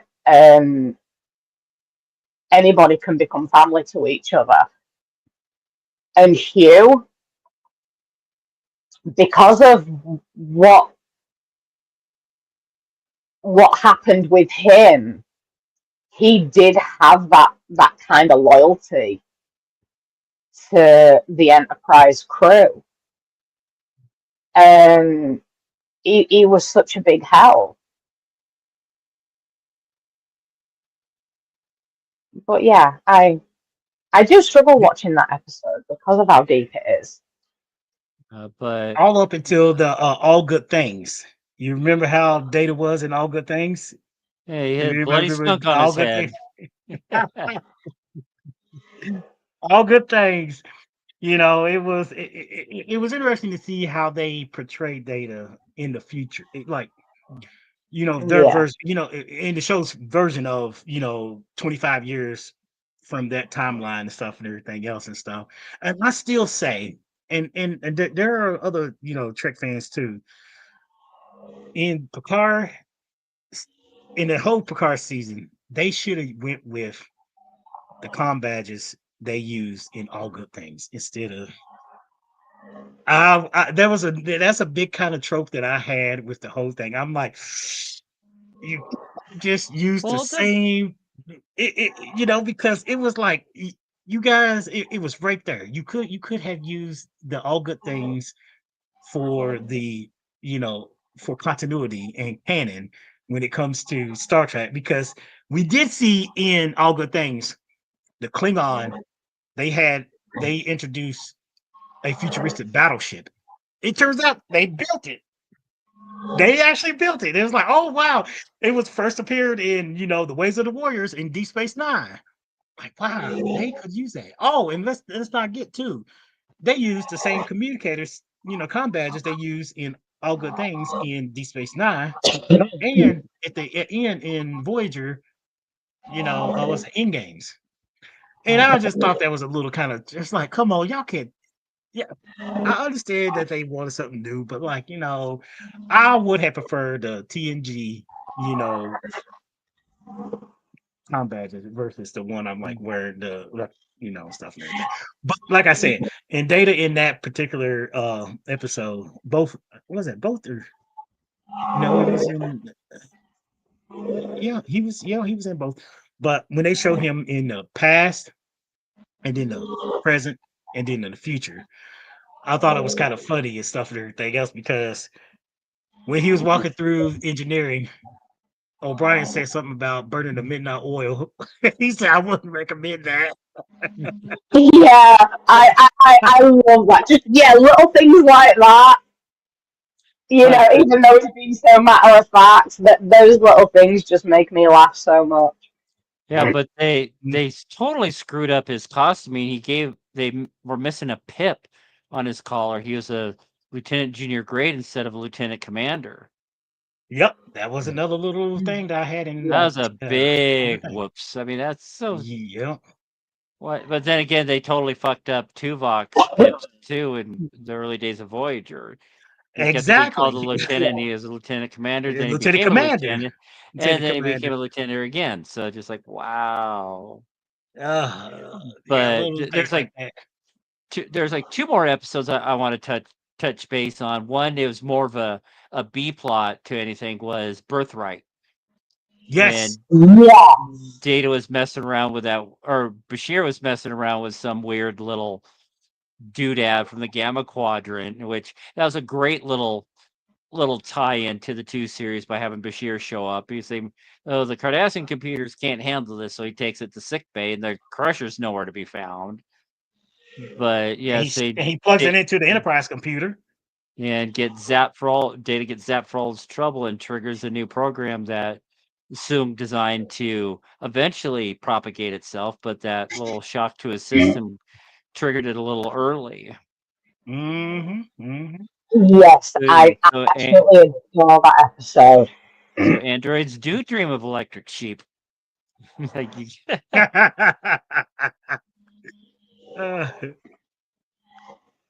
Yeah, and that isn't that. I'm sure that's the first. Actually, no, it wasn't. Um, was that the first time that we saw Brent Spiner out of costume for Data? Did that well, episode come before or after? he was in Um, uniform. no, I'm on about it. Was that the first time we saw Brent Spiner playing Dr. Sung? no, No, brothers. Oh, brothers. was that? Yeah, I couldn't remember which one came first, but when in the episode of Brothers, obviously Brent Spiner was still in a lot of makeup because he was portraying an older version of Sung, whereas in this episode, Birthright, Dr. Sung was obviously a lot younger. So Brent Which I'm Spiner sure was in Brent no was grateful makeup for. whatsoever.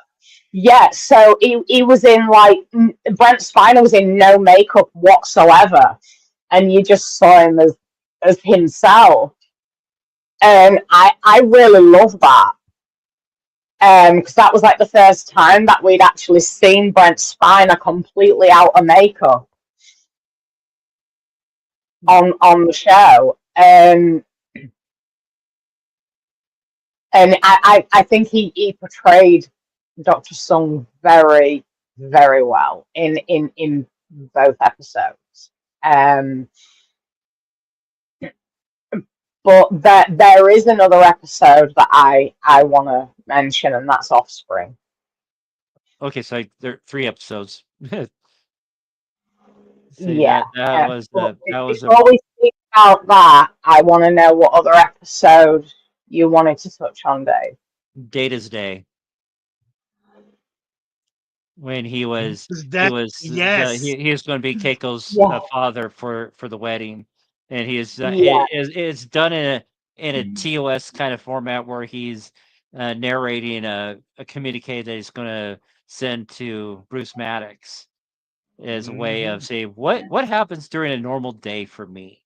I mean, there was a lot of shit going on in that episode. There was the the Romulan commander portraying a Vulcan to get intel, and so yeah, it's definitely I'm blanking on the name of the TOS episode, which involved the Romulans as well.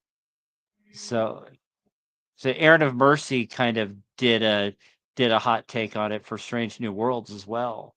And saying I'm going to look it up because it's going to be driving me nuts at this point. What episode are you talking about, Dave? That's what I'm trying to figure out. But like I said, it was So like I just need to get a drink. I'll be right back. okay. But no, I do love that episode, Data's Day. It was very interesting. The struggle that he went through, bless him, Don't get me wrong, but the parts of it I found so funny. But it was one of those episodes that I call a Sunday episode. It was very like easy in a way. It was very easy going, even though there was a lot going on. It was quite an easygoing episode with a little bit of seriousness, a little bit of comedy mixed in, but a lot of heart. And there wasn't anything too overly dramatic happening. And yeah, that it was a lovely episode. That very heartwarming. The episode I'm thinking of is Balance of Terror. Balance of Terror. Oh, Yeah, say there's a lot of similarities from that episode and what happened in Data's day, where there's a lot of deceit and well that sort of stuff involving the Romulans as well. But of course, that episode also focused on a wedding of two officers that Kirk was going to officiate, but at the end of the episode, someone died. But like with Data, I mean, there's a wedding involved with that one. That ended up with a happy ending, and of course, saying the birth of a new child on the Enterprise during the height of the battle with the nose to nose with the DDRX Warbird. Say, well, all this was going on up on the bridge. This was happening down here. So, like I said, definitely a happier ending than Balance of Terror, but I could still see a lot of the similarities. I can too. Now that you mention it, I can see that TOS and TNG kind of style. Yeah, I can see that too. Yeah. Oh yeah, Balance of Terror. Wow. Good call. I have my Oh moments. boy. Well, what was your other? No, there is an episode that not many people speak about in regards to Data, but this is more of a Brent Spiner thing for me. The episode where O'Brien, Deanna, and Data are taken over by those entities. Power play. Power play, yeah. Now, that episode isn't really spoken about a lot. I actually really like that episode. It was very interesting to see Brent Spiner portray that kind of character. And this entity that took him over, he was a proper dickhead, to say the least. And the way he was goading Worf and trying to get Worf to become violent, and just the whole presence of him was very intense and extremely not good. But Brent Spiner played that beautifully. And I mean, the entire episode for me was done brilliantly. And especially Brent Spiner's performance as well. It was in a way it was a bit difficult to watch, because I mean with all three of them as well, because those three characters like Deanna, Miles, and Data, they are some of the nicest people on the ship, and you know they were taken over by these god's awful entities who were evil twats basically. And each of them played that part so well, and it was very surreal watching it, because those three characters are the last. You like the last thing you would ever think from those characters is that they would ever be in any way malevolent or evil or anything like that, and then all of a sudden, even though they were, possessed basically, all of a sudden you were seeing the ship's counselor, the strongest man on the ship, and one of the sweetest, nicest blokes on the ship being completely just evil and not giving a crap. And I've got to take my hat off to all of them for their performance for that. But yeah, I just thought I'd give that episode a little shout out because it's not often that episode is spoken about, and I think that, I mean, especially Brent Spiner's performance as well was absolutely brilliant.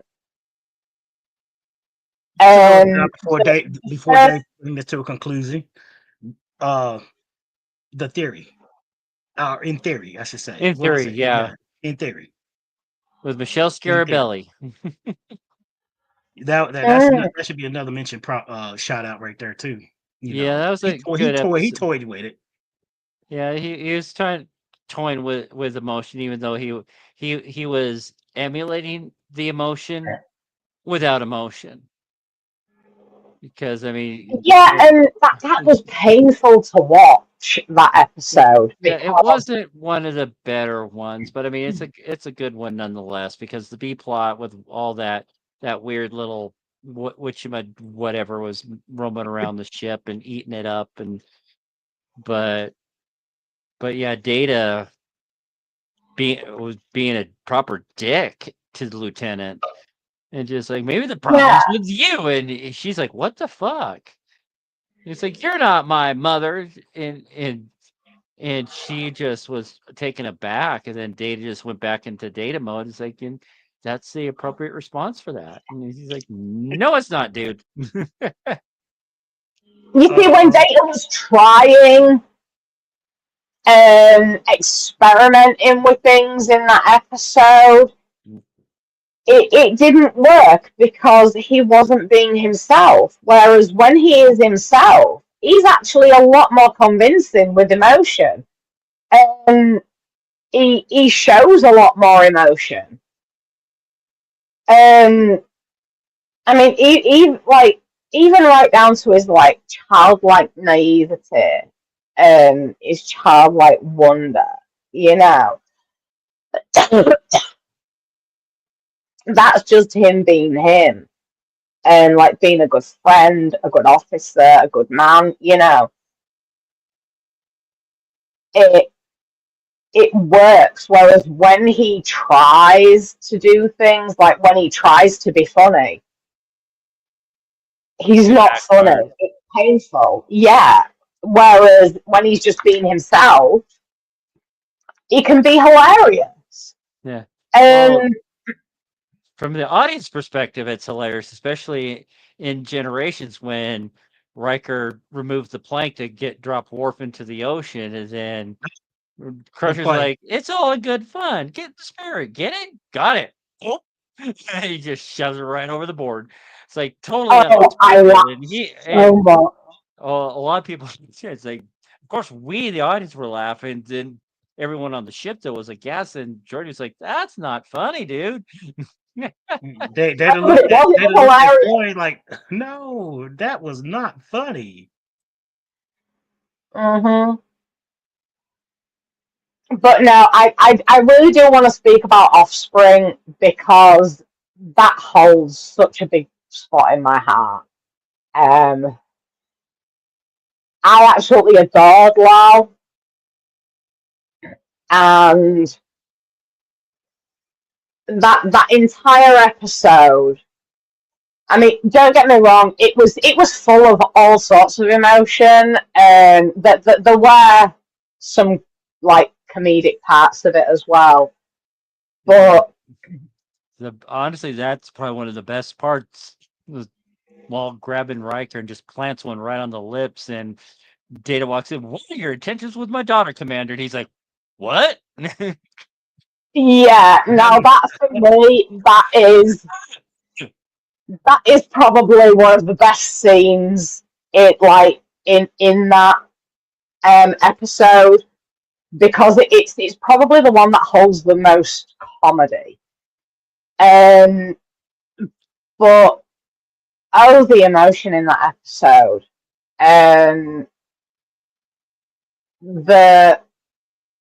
The way Data handles things is so beautiful.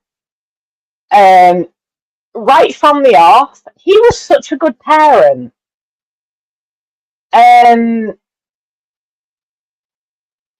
He thought of everything.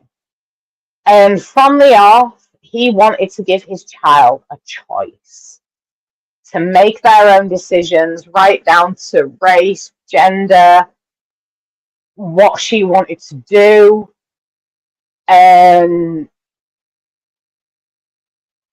it was so heartwarming to see the parental side of him.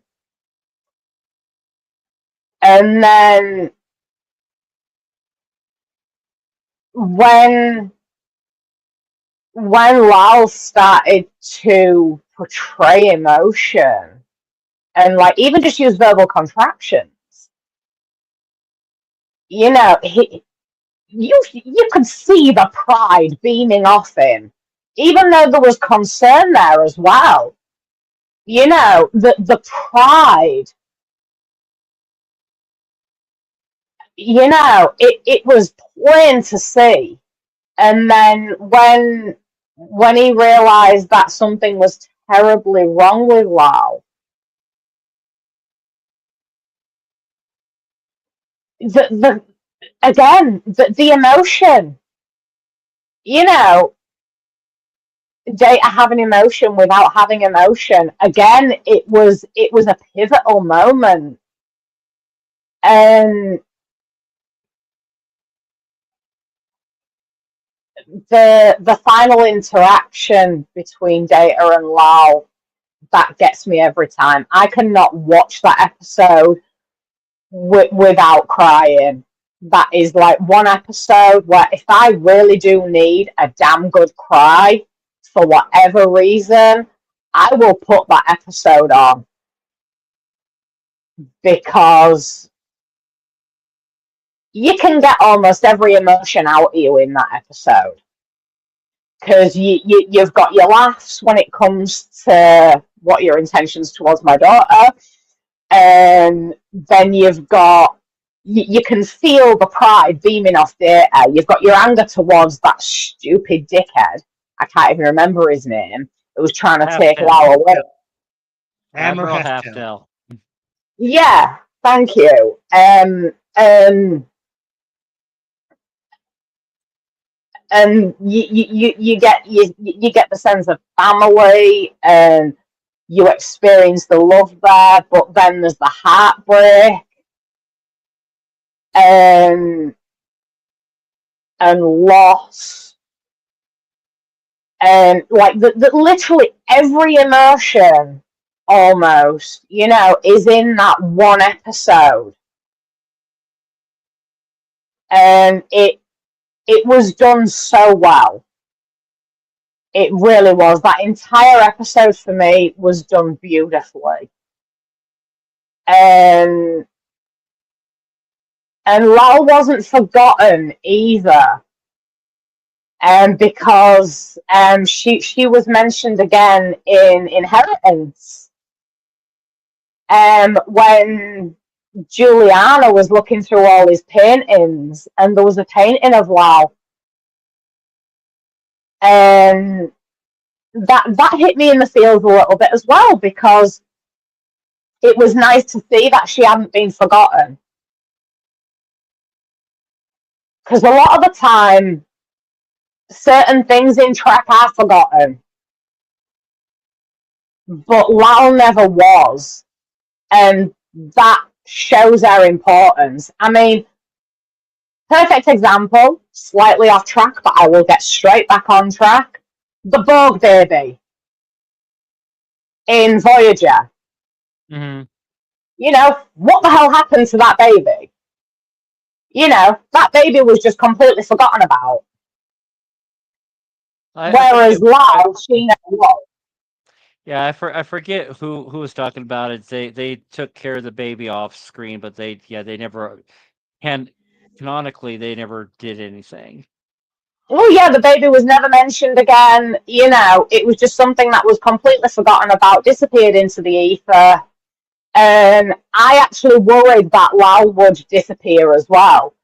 For so long that there was no mention of her, and I was starting to think that this was another instance where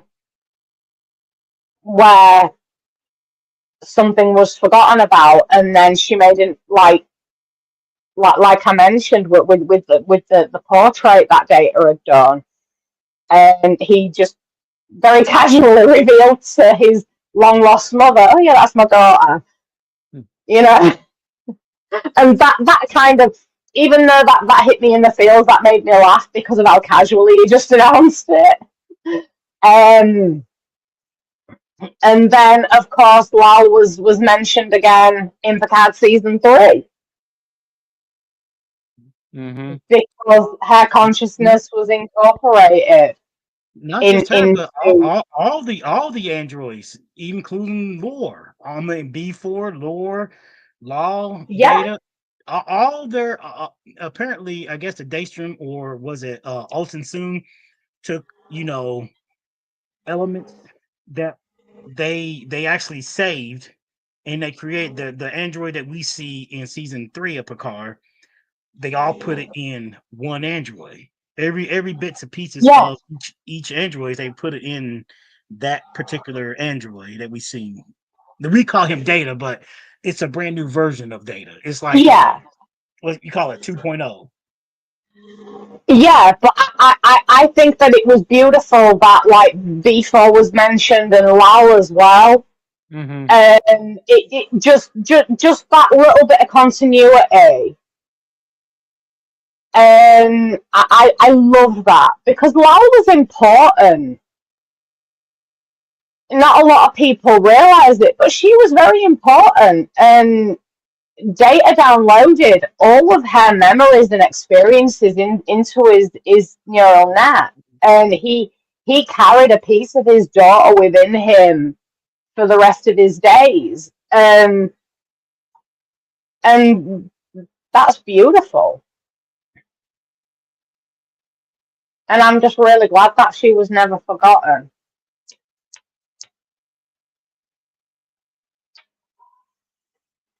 Any closing thoughts, remarks, ideas, Phil? You're muted. I think everybody covered everything. I'm glad Katie brought up what she did because I didn't even think of that. So this has been a really good conversation tonight. We did talk quite a bit of what we liked, what we didn't like. So tonight ends the run of doing character profiles because midnight Pacific got after 2 years almost we get the conclusion to the cliffhanger with Pike facing down the Gorn and say, what the fuck's going to happen? How are they going to get out of that situation? I'll have to rewatch that episode again. It's been so long. Yeah, like I said, August 10th, 2023 is when that last aired. So yeah, we're talking 2 freaking years. Because I mean, we got La'an on Sam Kirk, Dr. Mabanga, Ortega's.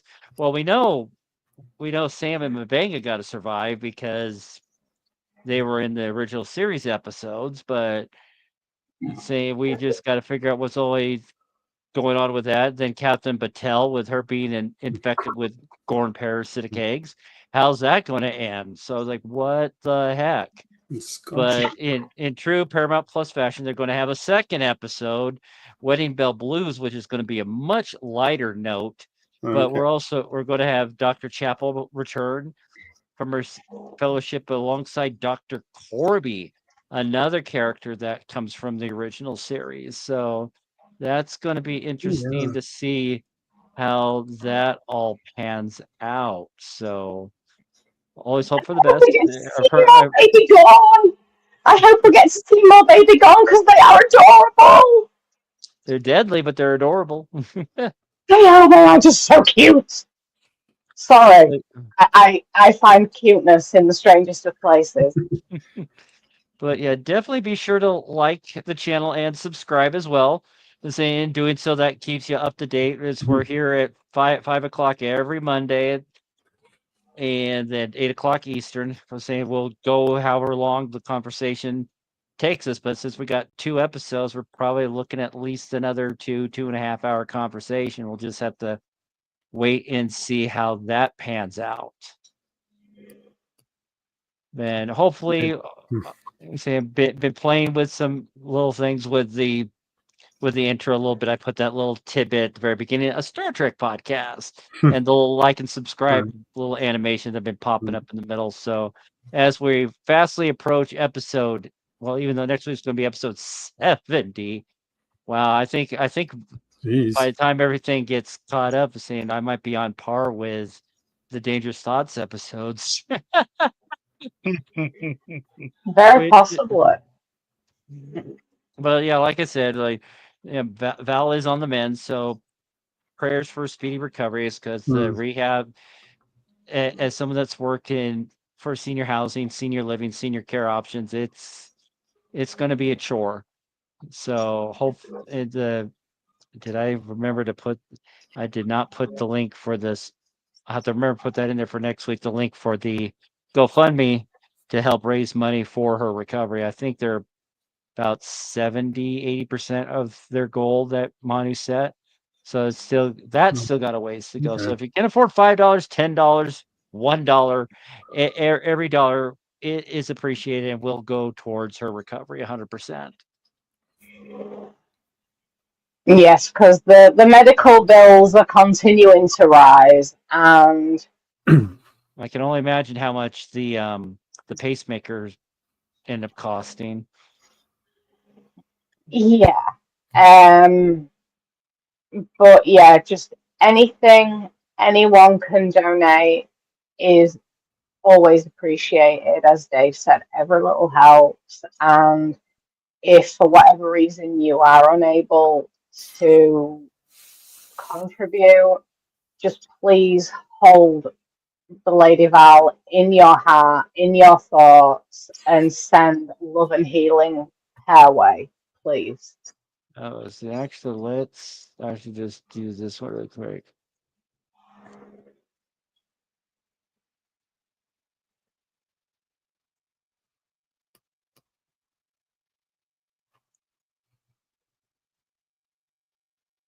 And I love Valerie. She is one of the sweetest, beautiful souls.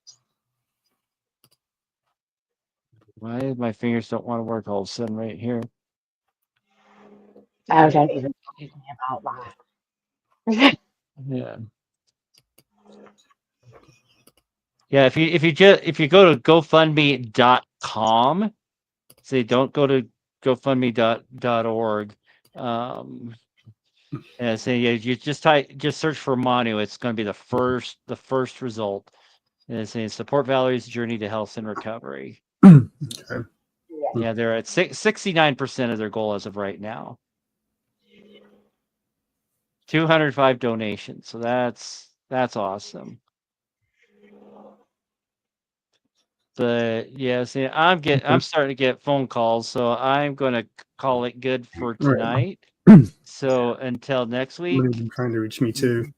May All right. Spock be with you. It'll be a couple of weeks for me. I've got to work the next 2 nights, so Poop. apologies. Yeah, So I know. just watch them so you can definitely am. Yeah. Yeah, still watch the episodes so you don't get fall behind when you're able to hop on.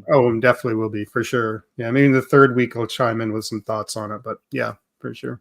Okie dokie. All right. See you guys later. Have a good night, all. You too. I gotta go. Good night.